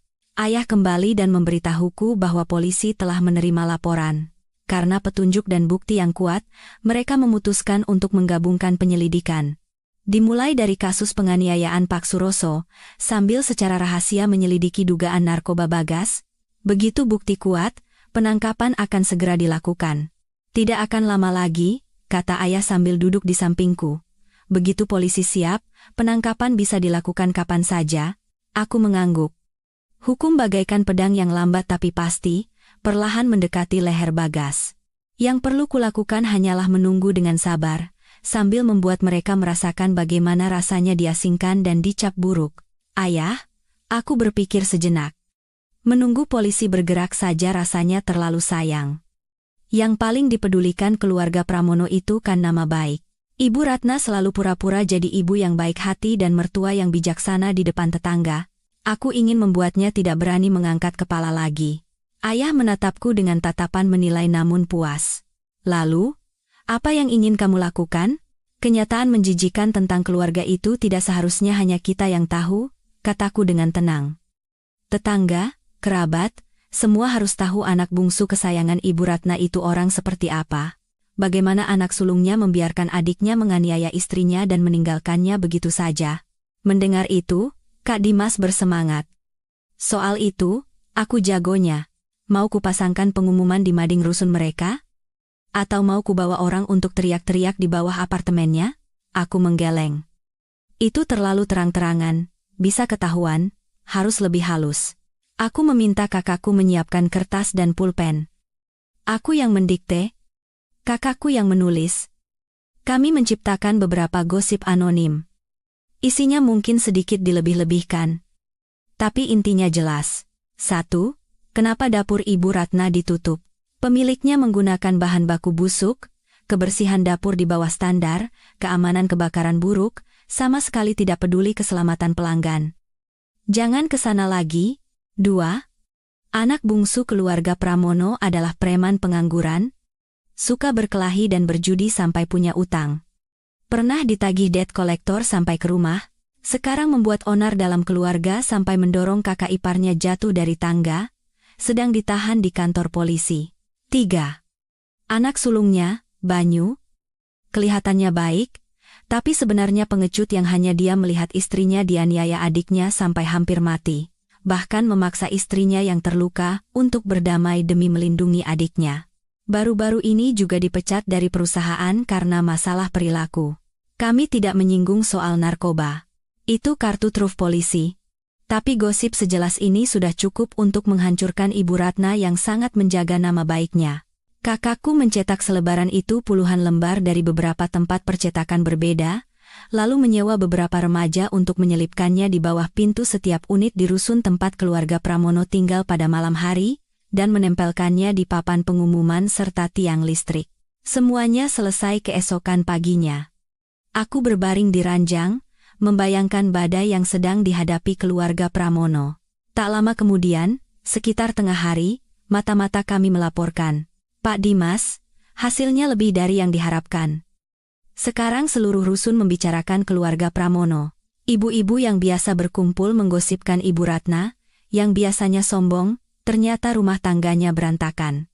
Tadi pagi, Ibu Ratna keluar belanja, dikerumuni ibu-ibu teman senamnya sampai wajahnya pucat, tidak bisa menjawab, lalu lari pulang. Bapaknya Banyu yang memang jarang keluar, sekarang makin mengurung diri. Banyu juga sempat mampir, tapi begitu mendengar tetangga memakinya, pengecut tidak punya malu, dia langsung lari seperti kelinci. Mendengar laporan itu, dendam di hatiku semakin mereda. Dicap buruk oleh masyarakat kadang lebih menyakitkan daripada dihancurkan secara ekonomi. Wajah yang begitu dibanggakan Ibu Ratna, kini telah kurusak berkeping-keping dan kuinjak-injak. Gosip terus menyebar. Sore harinya, kerabat jauh keluarga Pramono mulai menelepon, menanyakan apa yang terjadi. Ada yang benar-benar khawatir, ada yang menertawakan. Telepon Ibu Ratna pasti berdering tanpa henti hingga akhirnya harus dimatikan. Saat terdesak, Ibu Ratna memikirkan cara yang menyedihkan. Dia pergi ke kantor kelurahan dan berteriak-teriak bahwa ada yang menyebarkan fitnah tentang keluarganya, meminta kelurahan untuk memberikan klarifikasi. Hasilnya sudah bisa ditebak. Petugas kelurahan juga sudah mendengar desas-desus buruk tentang keluarga Pramono. Siapa yang akan percaya pada omongan satu orang? Dia malah dinasihati untuk mengurus anaknya baik-baik dan tidak membuat keributan. Ibu Ratna hanya bisa pulang dengan malu. Aku tahu ini baru permulaan. Luka fisik akan disembuhkan oleh waktu, hukum akan memberikan keadilan, tapi luka batin ini, rasa malu tidak berani mengangkat kepala di lingkungan sendiri, dicemooh semua orang, rasa sakit ini baru saja dimulai. Banyu mengirim pesan lagi dengan nomor lain. Kali ini bukan memohon, tapi pertanyaan penuh amarah. Kirana, selebaran itu ulahmu, kan? Apa kamu harus membuat keluarga kami tidak punya tempat di Jakarta ini baru puas? Kenapa kamu begitu kejam? Kejam? Aku melihat kata itu dan tertawa. Dibandingkan dengan apa yang kalian lakukan padaku, ini belum bisa disebut kejam. Aku hanya membalas 2 kata, lalu memblokir nomor itu. Pesan yang kukirim adalah, karma dibayar. Setelah mengirim 2 kata itu, aku merasa segar seperti minum es di musim panas. Bagaimana wajah Banyu sekarang? Marah? Putus asa? Aku tidak mau memikirkannya. Keluarga Pramono sekarang seperti babi yang jatuh ke dalam lumpur. Semakin meronta, semakin cepat tenggelam. Aku hanya perlu berdiri di tepi, menonton dengan dingin. Penyebaran gosip lebih cepat dari yang kuduga. Mata-mata kakakku terus melapor. Keluarga Pramono sekarang menjadi bahan tertawaan di seluruh rusun. Ibu Ratna tidak berani keluar rumah sama sekali. Kebutuhan sehari-hari harus dibelikan oleh suaminya secara diam-diam saat subuh. Nenek-nenek yang biasanya akrab dengannya mulai menghindar. Takut ketularan sial, diasingkan seperti ini pasti sangat berat. Tapi itu belum cukup. Puncaknya ada pada penyelidikan polisi. Hari keempat setelah selebaran disebar. Sore harinya, Pak Tirtayasa dan ayah datang ke kamarku. Wajah Pak Tirtayasa tampak lelah bercampur antusias. Nona, pihak kepolisian membuat kemajuan besar. Katanya, penyelidikan rahasia terhadap Bagas menemukan titik terang. Aku langsung duduk tegak, melupakan rasa sakit di perutku sejenak. Menemukan bukti pemakaian langsung? Lebih dari itu, kata Pak Tirtayasa. Polisi menggunakan cara teknis dan menemukan bahwa pemilik nomor misterius yang sering dihubungi Bagas adalah seorang residivis kasus narkoba. Tadi malam, setelah masa tahanannya habis, Bagas langsung pergi ke pabrik kosong itu untuk bertransaksi dengan tersangka. Polisi langsung melakukan penggerebekan di tempat, tertangkap basah, jantungku berdebar. Sekarang buktinya tak terbantahkan lagi. Lalu kasus Pak Suroso, sudah digabungkan, ayah yang melanjutkan. Suaranya tenang tapi dingin. Saat diinterogasi, polisi juga menanyakan kasus penganiayaan Pak Suroso. Awalnya Bagas mengelak, tapi setelah dihadapkan pada bukti narkoba, mentalnya jatuh. Dia mengakui semuanya, baik pemakaian narkoba maupun penganiayaan, pelanggaran undang-undang narkotika dan penganiayaan berat. Dia sudah dipindahkan ke rutan, kali ini bukan lagi soal 10 hari. Ini pidana, rutan. Kata-kata itu terasa berat, tapi anehnya aku merasa lega. Sampah masyarakat yang hampir membunuhku itu akhirnya akan menerima ganjaran yang setimpal. Bagus sekali, kataku tanpa sadar, suaraku sedikit bergetar. Pak Tirtayasa menambahkan, dan saat diinterogasi, Bagas mengaku bahwa sebagian uang untuk membeli narkoba itu diketahui oleh Ibu Ratna dan Banyu, mereka bahkan yang memberinya uang. Meskipun ini baru pengakuan sepihak, jika terbukti benar, Ibu Ratna dan Banyu bisa dijerat pasal menyembunyikan pelaku kejahatan atau bahkan mendukung penggunaan narkoba. Masalahnya akan semakin besar. Mereka tahu dan malah memberinya uang? Aku terkejut, amarahku tak terkendali. Mereka tahu Bagas memakai narkoba tapi malah mencoba menutupinya dengan uang? Di mana mereka menempatkanku? Menempatkan bom waktu yang sedang mabuk di sampingku. Apa yang mereka pikirkan? Selidiki. Harus ditemukan kebenarannya, kataku dengan gigi bergemeretak. Kalau mereka benar-benar tahu dan memberinya uang, aku tidak akan pernah memaafkan mereka. Ayah mengangguk dan berkata pada Pak Tirtayasa, sampaikan petunjuk ini pada polisi. Tekankan, harus dipastikan kebenarannya. Siap, Pak Ketua. Catat Pak Tirtayasa. Aku tahu. Berurusan dengan Bagas baru permulaan. Ibu Ratna dan Banyu tidak akan bisa lari dari tanggung jawab. Terutama Ibu Ratna. Biang keladi dari semua ini, seolah mengkonfirmasi pikiranku, ponselku berdering lagi. Nomor tak dikenal. Tapi kali ini, nama peneleponnya membuatku sedikit terkejut. Pak Somad, keponakan jauh Ibu Ratna. Aku pernah bertemu sekali saat Lebaran. Dia seorang sopir truk yang kelihatannya jujur, tidak terlalu dekat dengan Ibu Ratna. Kenapa dia meneleponku? Aku ragu sejenak, lalu menjawab dan menyalakan speaker. Halo, Mbak Kirana, kan? Suara Pak Somad terdengar tergesa-gesa dan cemas. Iya, Pak Somad. Ada apa? Tanyaku tenang. Mbak, gawat. Teriak Pak Somad. Tadi Bu Ratna telepon sambil nangis-nangis, bilang Mas Bagas ditangkap polisi karena narkoba, kena pidana. Begitu dengar itu, beliau langsung pingsan. Mas Banyu juga tidak bisa dihubungi, di rumah kacau balau. Beliau suruh saya telepon Mbak, tanya apa benar, dan apa ada cara untuk menolongnya. Berapapun biayanya, mereka mau bayar. Ibu Ratna pingsan. Kabar menyebar cepat sekali. Polisi pasti sudah memberitahu keluarga. Aku tidak langsung menjawab, tapi bertanya, pingsan? Sekarang bagaimana? Sudah siuman, Mbak. Tapi terbaring lemas di rumah, belum sadar betul, nangis terus, bilang tidak mau hidup lagi, desa Pak Somad. Mbak Kirana, saya tahu dulu beliau tidak baik sama Mbak, tapi masalah Mas Bagas ini terlalu besar. Narkoba bisa dipenjara. Bagaimanapun juga kan pernah jadi keluarga, apa tidak ada cara untuk menolong? Katanya keluarga Mbak banyak kenalan. Keluarga? Baru sekarang mereka bicara soal keluarga. Aku memotong dengan dingin. Pak Somad, terima kasih sudah menelepon. Tapi ada beberapa hal yang perlu diluruskan. 1. Bagas ditangkap karena narkoba itu hasil penyelidikan polisi sesuai hukum, buktinya jelas. Tidak ada yang bisa menolongnya. 2. Saya sedang dalam proses cerai dengan Banyu. Saya bukan lagi keluarga Pramono. 3. Jika Ibu Ratna dan Banyu tahu soal Bagas memakai narkoba tapi diam saja, mereka juga harus bertanggung jawab. Tolong sampaikan pada mereka, lebih baik gunakan waktu untuk kooperatif dengan polisi demi keringanan hukuman. Di seberang sana, Pak Somad pasti terkejut dengan ketegasanku. Dia terdiam lama, lalu tergagap. Oh, baik, Mbak. Nanti saya sampaikan.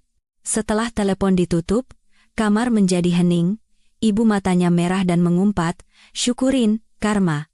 Baru sekarang menangis, dulu kemana saja? Mendidik anak pecandu, masih punya muka minta tolong. Aku bersandar di ranjang dan menghela napas panjang. Bagas masuk penjara, Ibu Ratna jatuh sakit, Banyu tidak bisa dihubungi. Istana pasir keluarga Pramono sedang runtuh dari dalam. Tapi ini belum cukup, aku harus menyelesaikan proses perceraian dan menuntut kembali apa yang menjadi hakku. Ayah. Aku menatap ayah. Urusan Bagas sudah selesai satu tahap. Berikutnya giliran Ibu Ratna dan Banyu. Dan masalah perceraianku. Ayah mengangguk, matanya tajam. Jangan khawatir. Satu persatu akan kita selesaikan. Tidak akan ada yang lolos. Berita Bagas diproses pidana menyebar seperti api. Ditambah dengan gosip yang sengaja kami sebarkan, dampaknya luar biasa. Jika sebelumnya hanya gosip penganiayaan atau masalah kebersihan rumah makan, sekarang levelnya berbeda, narkoba dan penjara. Mata-mata kakakku bercerita, sekarang di rusun tempat mereka tinggal, anak-anak kecil pun membicarakan rumah di lantai 3 ada pecandu. Orang tua melarang anak-anak mereka mendekati rumah itu. Tetangga yang tadinya bersimpati pada Ibu Ratna, kini berbalik arah, menghindar seperti melihat wabah. Siapa yang mau dekat dengan keluarga pecandu? Ibu Ratna, demi menjaga sisa harga dirinya, menyeret tubuhnya yang sakit ke kantor kelurahan, berteriak-teriak bahwa anaknya difitnah, dijebak teman. Tapi kepala kelurahan dengan dingin menjawab bahwa kejahatan berat adalah urusan penegak hukum, sambil menasihatinya untuk mengurus anaknya dan tidak membuat resah warga. Harapan terakhir Ibu Ratna hancur.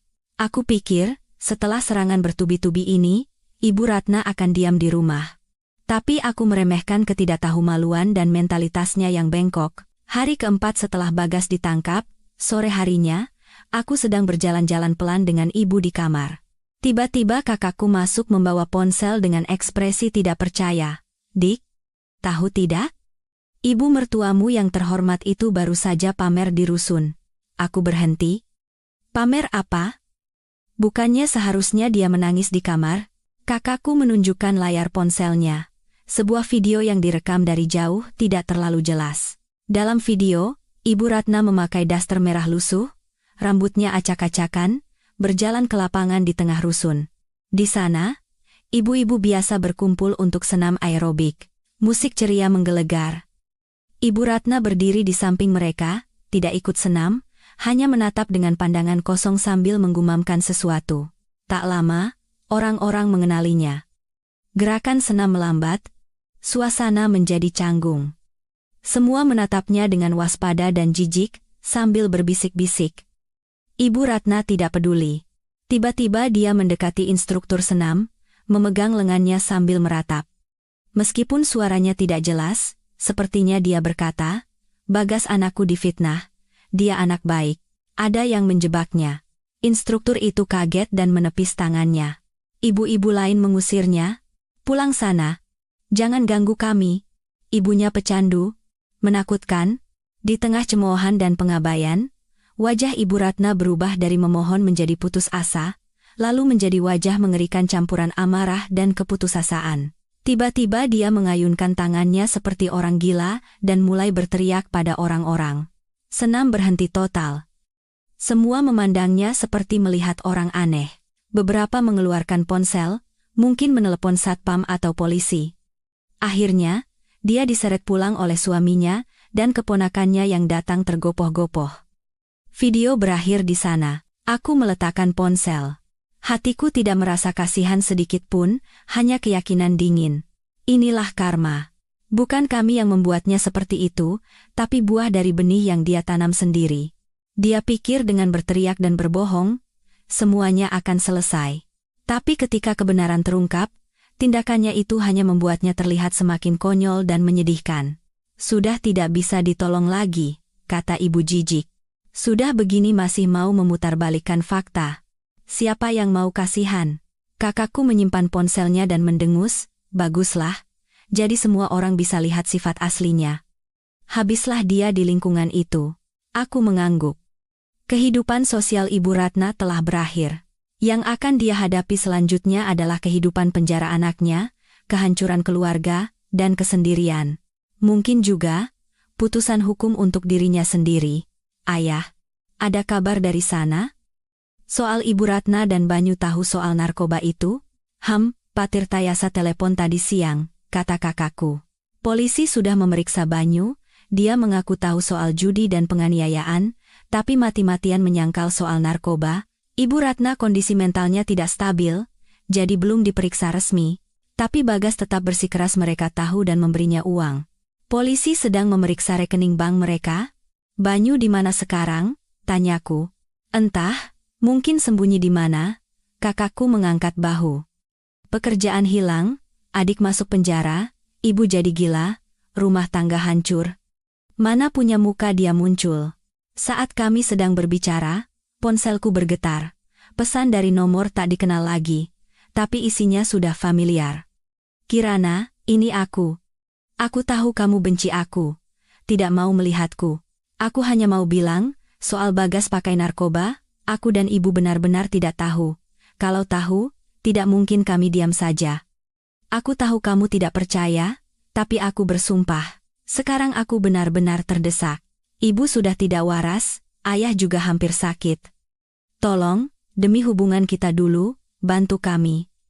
Syarat cerainya, kamu mau apa? Aku akan turuti semuanya. Asal beri kami jalan keluar." Lagi-lagi, tidak tahu, terdesak, jalan keluar. Aku melihat pembelaan diri dan permohonan yang lemah itu tanpa rasa iba sedikit pun. Baru sekarang minta maaf, dulu kemana saja? Pembiaran dia dan ibunya terhadap Bagas itulah dosa mereka. Aku tidak membalas. Langsung menghapus pesan dan memblokir nomor itu. Jalan keluar. Saat kalian mendorongku ke jurang kematian, apa kalian pernah berpikir memberiku jalan keluar? Sekarang giliran kalian merasakan keputusasaan. Aib publik Ibu Ratna dan permohonan putus asa Banyu menunjukkan bahwa kapal tua bernama keluarga Pramono sedang karam dengan cepat. Dan surat gugatan ceraiku akan menjadi beban terakhir yang menenggelamkan mereka sepenuhnya. Aku berkata pada Pak Tirtayasa di sampingku, "Pak, siapkan surat gugatan cerai. Saya ingin secara hukum menjadi orang asing bagi Banyu secepatnya. Syaratnya, aku menatap keluar jendela. Malam sudah larut, tapi fajar sudah terlihat di kejauhan. Ambil semua yang dia punya." Permohonan Banyu bagaikan daun gugur terakhir di musim kemarau. Melintas sesaat di hatiku, lalu jatuh tanpa meninggalkan jejak. Untuknya dan keluarganya, aku bahkan tidak punya tenaga untuk membenci. Yang tersisa hanyalah pemutusan hubungan total. 2 hari kemudian, Pak Tirtayasa membawa draft surat gugatan cerai ke kamarku. Dokumennya tebal, dengan kalimat yang lugas dan tegas. "Nona, surat gugatan ini dibagi 3 bagian utama," jelas Pak Tirtayasa. 1. Pengakhiran status perkawinan. 2. Pembagian harta gonogini. Harta utama selama perkawinan adalah rumah susun tua milik keluarga Pramono. Mobil dan lainnya hampir tidak bernilai, jadi tidak ada harta atau utang yang signifikan untuk dibagi. Yang penting adalah 3. Ganti rugi. Aku menerima dokumen itu dan membuka bagian ganti rugi. Dengan mempertimbangkan visum Nona patah tulang, gegar otak, pendarahan dalam, dan kemungkinan dampak pada kesuburan di masa depan serta kompensasi kerugian moral, kami telah menghitung nilai ganti rugi awal, lanjut Pak Tirtayasa. Aku melihat angkanya dan sedikit mengangkat alis. Bukan jumlah fantastis yang akan langsung membuat keluarga Pramono bangkrut total, tapi jumlah yang akan memaksa mereka menjual semua sisa aset mereka untuk bisa membayarnya. Ini bukan hanya soal uang, tapi soal sikap dan hukuman. Jumlah ini masih dalam batas wajar menurut hukum. Hakim akan menerimanya, tambah Pak Tirtayasa. Cukup untuk mencapai tujuan penghukuman tanpa memberi celah bagi pihak lawan untuk membantah. Aku mengangguk, puas dengan profesionalisme Pak Tirtayasa. "Baik, lanjutkan sesuai ini." Aku mengambil pulpen dan menandatangani namaku, Kirana, di kolom yang tersedia. Kini, aku tidak ada hubungannya lagi dengan nama keluarga Pramono yang penuh penindasan dan luka. "Saya akan segera mengirimkan surat ini kepada Banyu," kata Pak Tirtayasa. "Jika dia menolak menandatangani atau menolak ganti rugi, kita akan ajukan gugatan ke pengadilan." "Dia tidak akan tanda tangan," kataku dengan tenang. Dengan sifat Banyu dan ibunya, membayar uang sebanyak ini lebih menyakitkan daripada diiris dagingnya.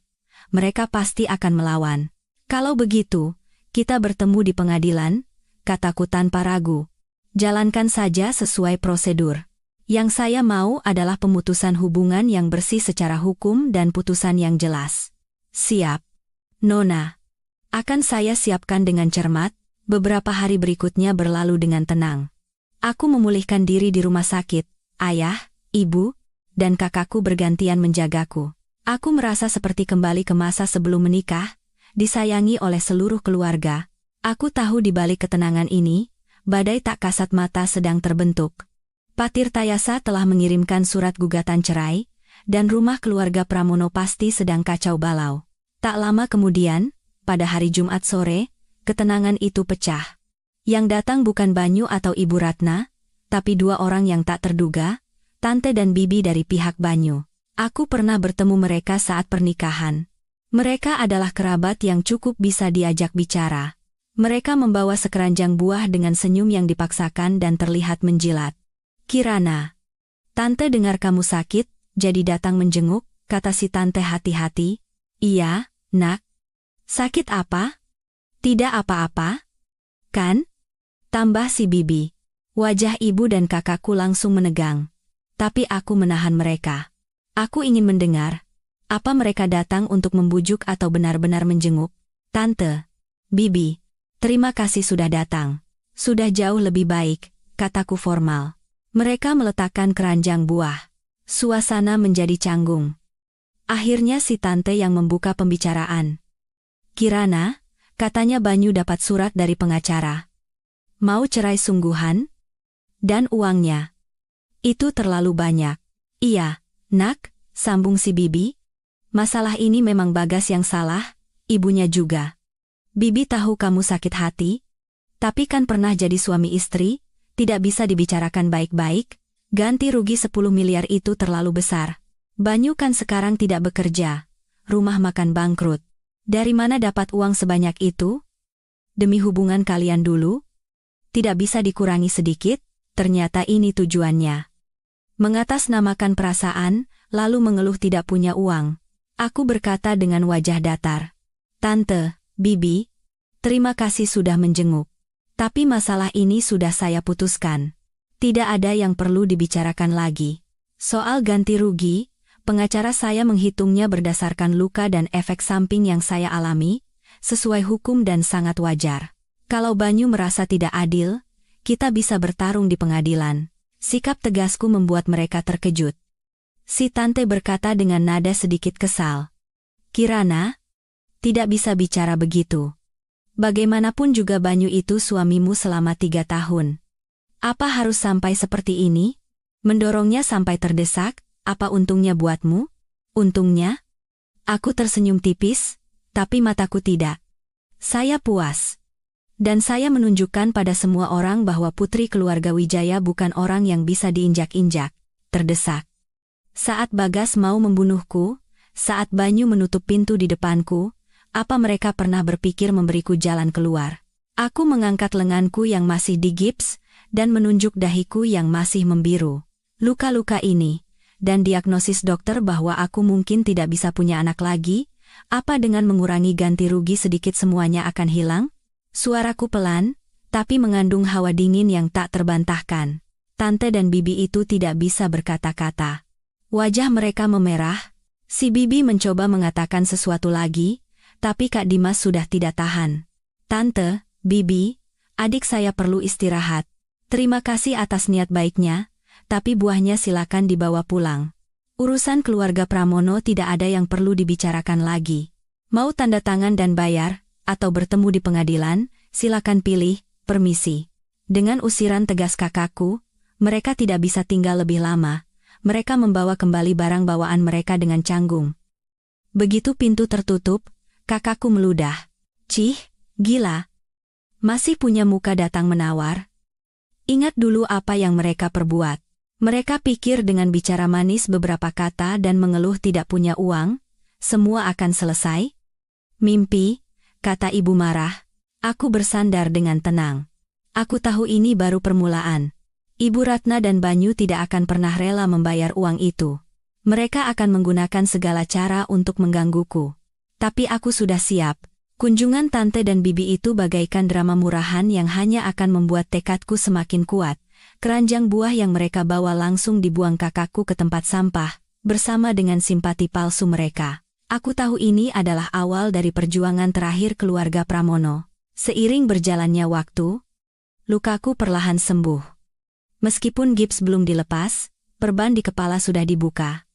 Memar sudah memudar, pendarahan dalam di perut sudah sembuh, tapi kata-kata mungkin sulit punya anak bagaikan duri tak kasat mata yang menusukku setiap malam. Duri ini mungkin akan menjadi luka yang kubawa seumur hidup. Pak Tirtayasa telah mengamankan bukti pengiriman surat gugatan cerai. Sesuai dugaan, Banyu tidak menandatanganinya dan tidak memberikan tanggapan apapun, hanya mengulur waktu. Pak Tirtayasa sudah menyiapkan berkas gugatan ke pengadilan. Sementara itu, hukuman untuk Bagas terus berjalan. Polisi tidak menemukan bukti bahwa Ibu Ratna dan Banyu mendukung penggunaan narkoba, tapi pembiaran mereka jelas. Penyelidikan polisi fokus pada Bagas.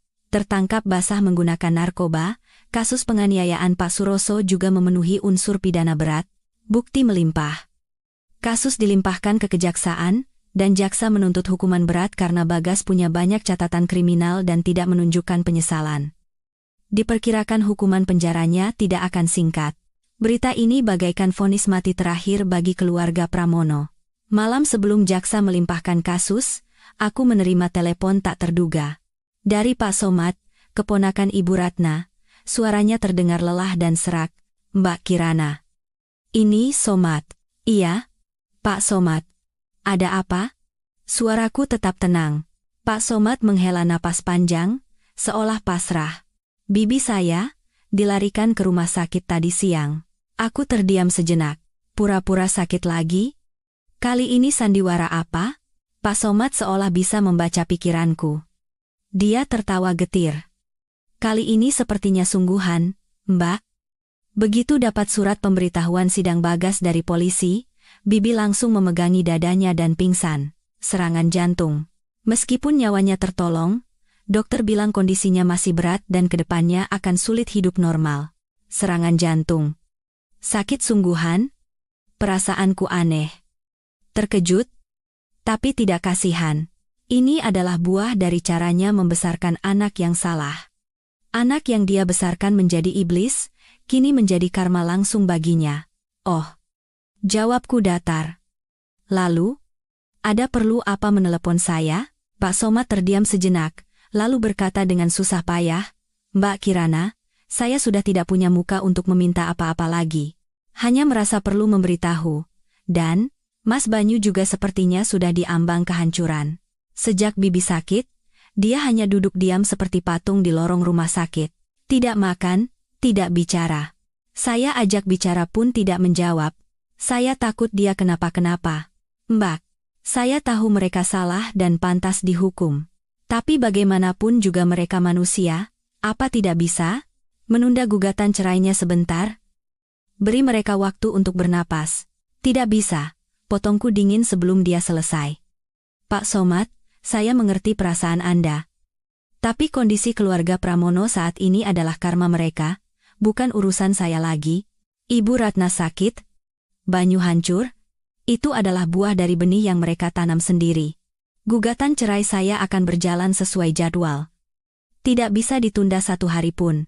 Di seberang sana, Pak Somad terdiam.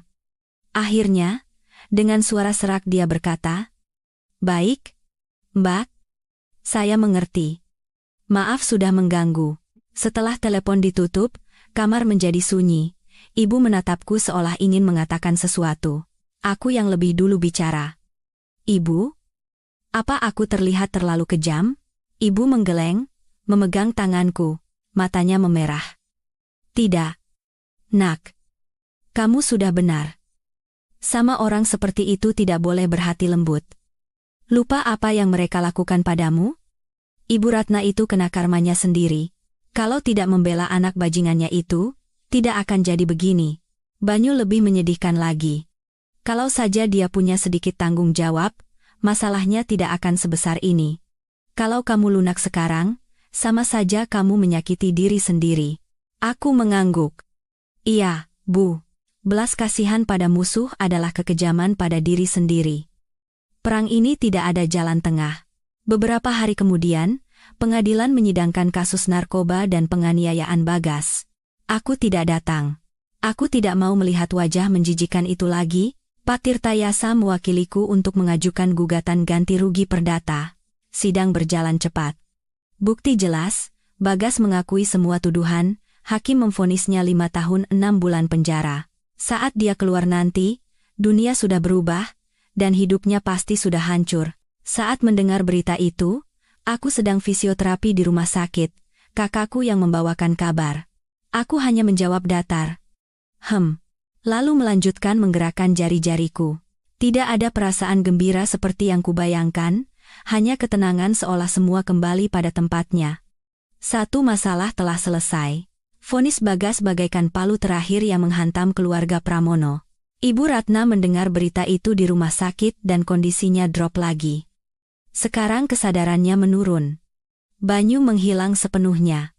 Teleponnya mati, tidak datang merawat ibunya. Di rumah susun tua itu, kini hanya tinggal ayahnya yang pendiam dan seorang perawat yang menjaga wanita tua yang sudah tidak waras. Gugatan ceraiku sudah diajukan ke pengadilan. Kali ini, Banyu mungkin bahkan tidak punya keberanian untuk muncul. Pengadilan melakukan pemanggilan melalui pengumuman dan menetapkan tanggal sidang sebulan lagi, kata Pak Tirtayasa. Meskipun Banyu tidak datang, sidang bisa diputus secara fair stake. Karena bukti kita kuat, kemenangan sudah pasti. Soal ganti rugi, meskipun dia tidak bisa membayar sekarang, pengadilan akan melakukan eksekusi sita. Semua asetnya yang tersisa akan disita dan dilelang sampai lunas. Aku tidak terburu-buru. Yang kuinginkan bukan kecepatan, tapi penyelesaian total. Aku akan melihat mereka kehilangan segalanya dan membusuk dalam keputusasaan. Seminggu sebelum sidang, aku keluar dari rumah sakit. Ayah, ibu, dan kakakku menjemputku. Saat melangkah keluar, sinar matahari musim dingin terasa hangat. Aku menghirup udara yang sejuk dan bebas dalam-dalam. Duduk di mobil, melihat pemandangan yang berlalu cepat, aku merasa hidup di rumah sakit yang penuh rasa sakit dan penindasan telah berakhir. Aku tidak pulang ke rumah orang tua, tapi ke sebuah apartemen mewah di pusat kota atas namaku. Ini adalah ruang baru, tanpa kenangan apapun tentang keluarga Pramono. Aku perlu memutus hubungan dengan masa lalu sepenuhnya dan memulai kembali. Aku bekerja dari rumah, perlahan kembali ke rutinitas. Lara sering datang, mengajakku ke spa, membelikan makanan penutup, dan tidak pernah menyinggung keluarga Pramono. Ayah, ibu, dan kakakku juga merawatku dengan hati-hati. Waktu adalah obat terbaik dan hakim paling adil. Waktu menyembuhkan lukaku, sekaligus membuat keluarga Pramono perlahan mati. Aku sesekali mendengar kabar dari Pak Tirtayasa. Kondisi Ibu Ratna memburuk hingga mengalami demensia ringan. Ayah Banyu bekerja serabutan untuk membayar biaya pengobatan istrinya dan sewa rumah. Kontrak rusun tua itu sudah habis, mereka pindah ke tempat yang lebih kecil dan kumuh. Banyu masih tidak ada kabar.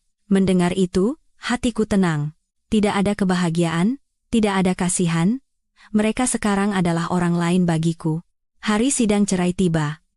Aku tidak ke pengadilan, menyerahkan semuanya pada Pak Tirtayasa, hasilnya sesuai dugaan. Banyu tidak datang. Hakim memeriksa semua bukti dan langsung menjatuhkan putusan. Mengabulkan gugatan cerai penggugat Kirana terhadap tergugat Banyu Pramono. Menghukum tergugat untuk membayar ganti rugi sebesar 10 miliar rupiah kepada penggugat dalam waktu 15 hari sejak putusan berkekuatan hukum tetap. Pak Tirtayasa membawakan salinan putusan itu untukku. Kertas putih, huruf hitam, dan stempel pengadilan yang jelas. Aku menyentuh kertas yang dingin itu, menatap tulisan mengakhiri status perkawinan. Batu besar yang menekan hatiku selama ini akhirnya pecah berkeping-keping. Selesai. Aku tidak merayakannya. Hanya duduk lama di dekat jendela besar di ruang tamu apartemenku, menatap keluar. Di luar, lampu kota berkelip. Hatiku tenang, lebih tenang dari sebelumnya. Apakah balas dendam berhasil? Dari hasilnya, ya. Bagas di penjara, Ibu Ratna kehilangan akal, Banyu menghilang, keluarga mereka bangkrut. Mereka telah membayar mahal atas apa yang mereka lakukan padaku. Tapi aku tahu, kemenangan sejati bukanlah seberapa terpuruknya mereka, melainkan karena aku akhirnya bisa keluar dari kubangan lumpur itu dan kembali menjadi pemilik hidupku sendiri. Aku bukan lagi Kirana yang tertindas di rumah keluarga Pramono. Aku adalah Kirana yang baru, yang bebas dan kuat. Luka masa lalu akan tetap menjadi bekas luka, tapi tidak akan sakit lagi. Kebencian itu akan perlahan memudar seiring waktu dan putusan hukum, menjadi masa lalu yang tidak ingin kuingat lagi. Beberapa hari kemudian, aku dan Pak Tirtayasa menyelesaikan proses akhir perceraian di catatan sipil. Saat melangkah keluar kantor, memegang akta cerai di tangan, sinar matahari memantul menyilaukan mata, Pak Tirtayasa tersenyum. Nona Kirana, selamat atas kebebasan Anda. Aku mengangguk, memasukkan akta cerai ke dalam tas. Ya, kebebasan. Belum pernah kata ini terasa begitu berarti dan berharga. Aku menengadah menatap langit biru dan menarik napas dalam-dalam. Udara berbau segar tanah musim semi. Musim dingin telah berlalu. Musim semiku, benar-benar telah dimulai.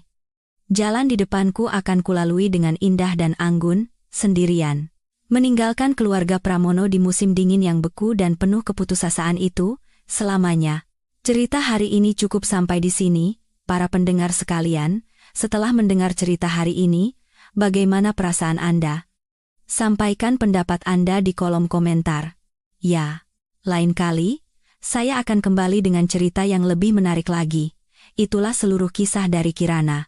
Sebuah cerita yang membuat kita merasa sesak, sakit, sekaligus ada kepuasan yang mendalam, bukan? Saya ingin tahu, apa pendapat Anda semua yang mendengarkan hingga akhir? Apakah menurut Anda, balas dendam keluarga Wijaya setimpal, atau terlalu berlebihan? Dan bagaimana perasaan Anda terhadap karakter Banyu, suami yang memilih berdiri di pihak keluarganya daripada melindungi istrinya? Yang terpenting, saat ini Anda sedang mendengarkan dari kota mana di Indonesia? Tulis di kolom komentar. Ya, saya ingin tahu sejauh mana cerita kita telah berkelana. Untuk hari ini, terima kasih atas perhatiannya. Sampai jumpa di cerita berikutnya. Selamat tinggal.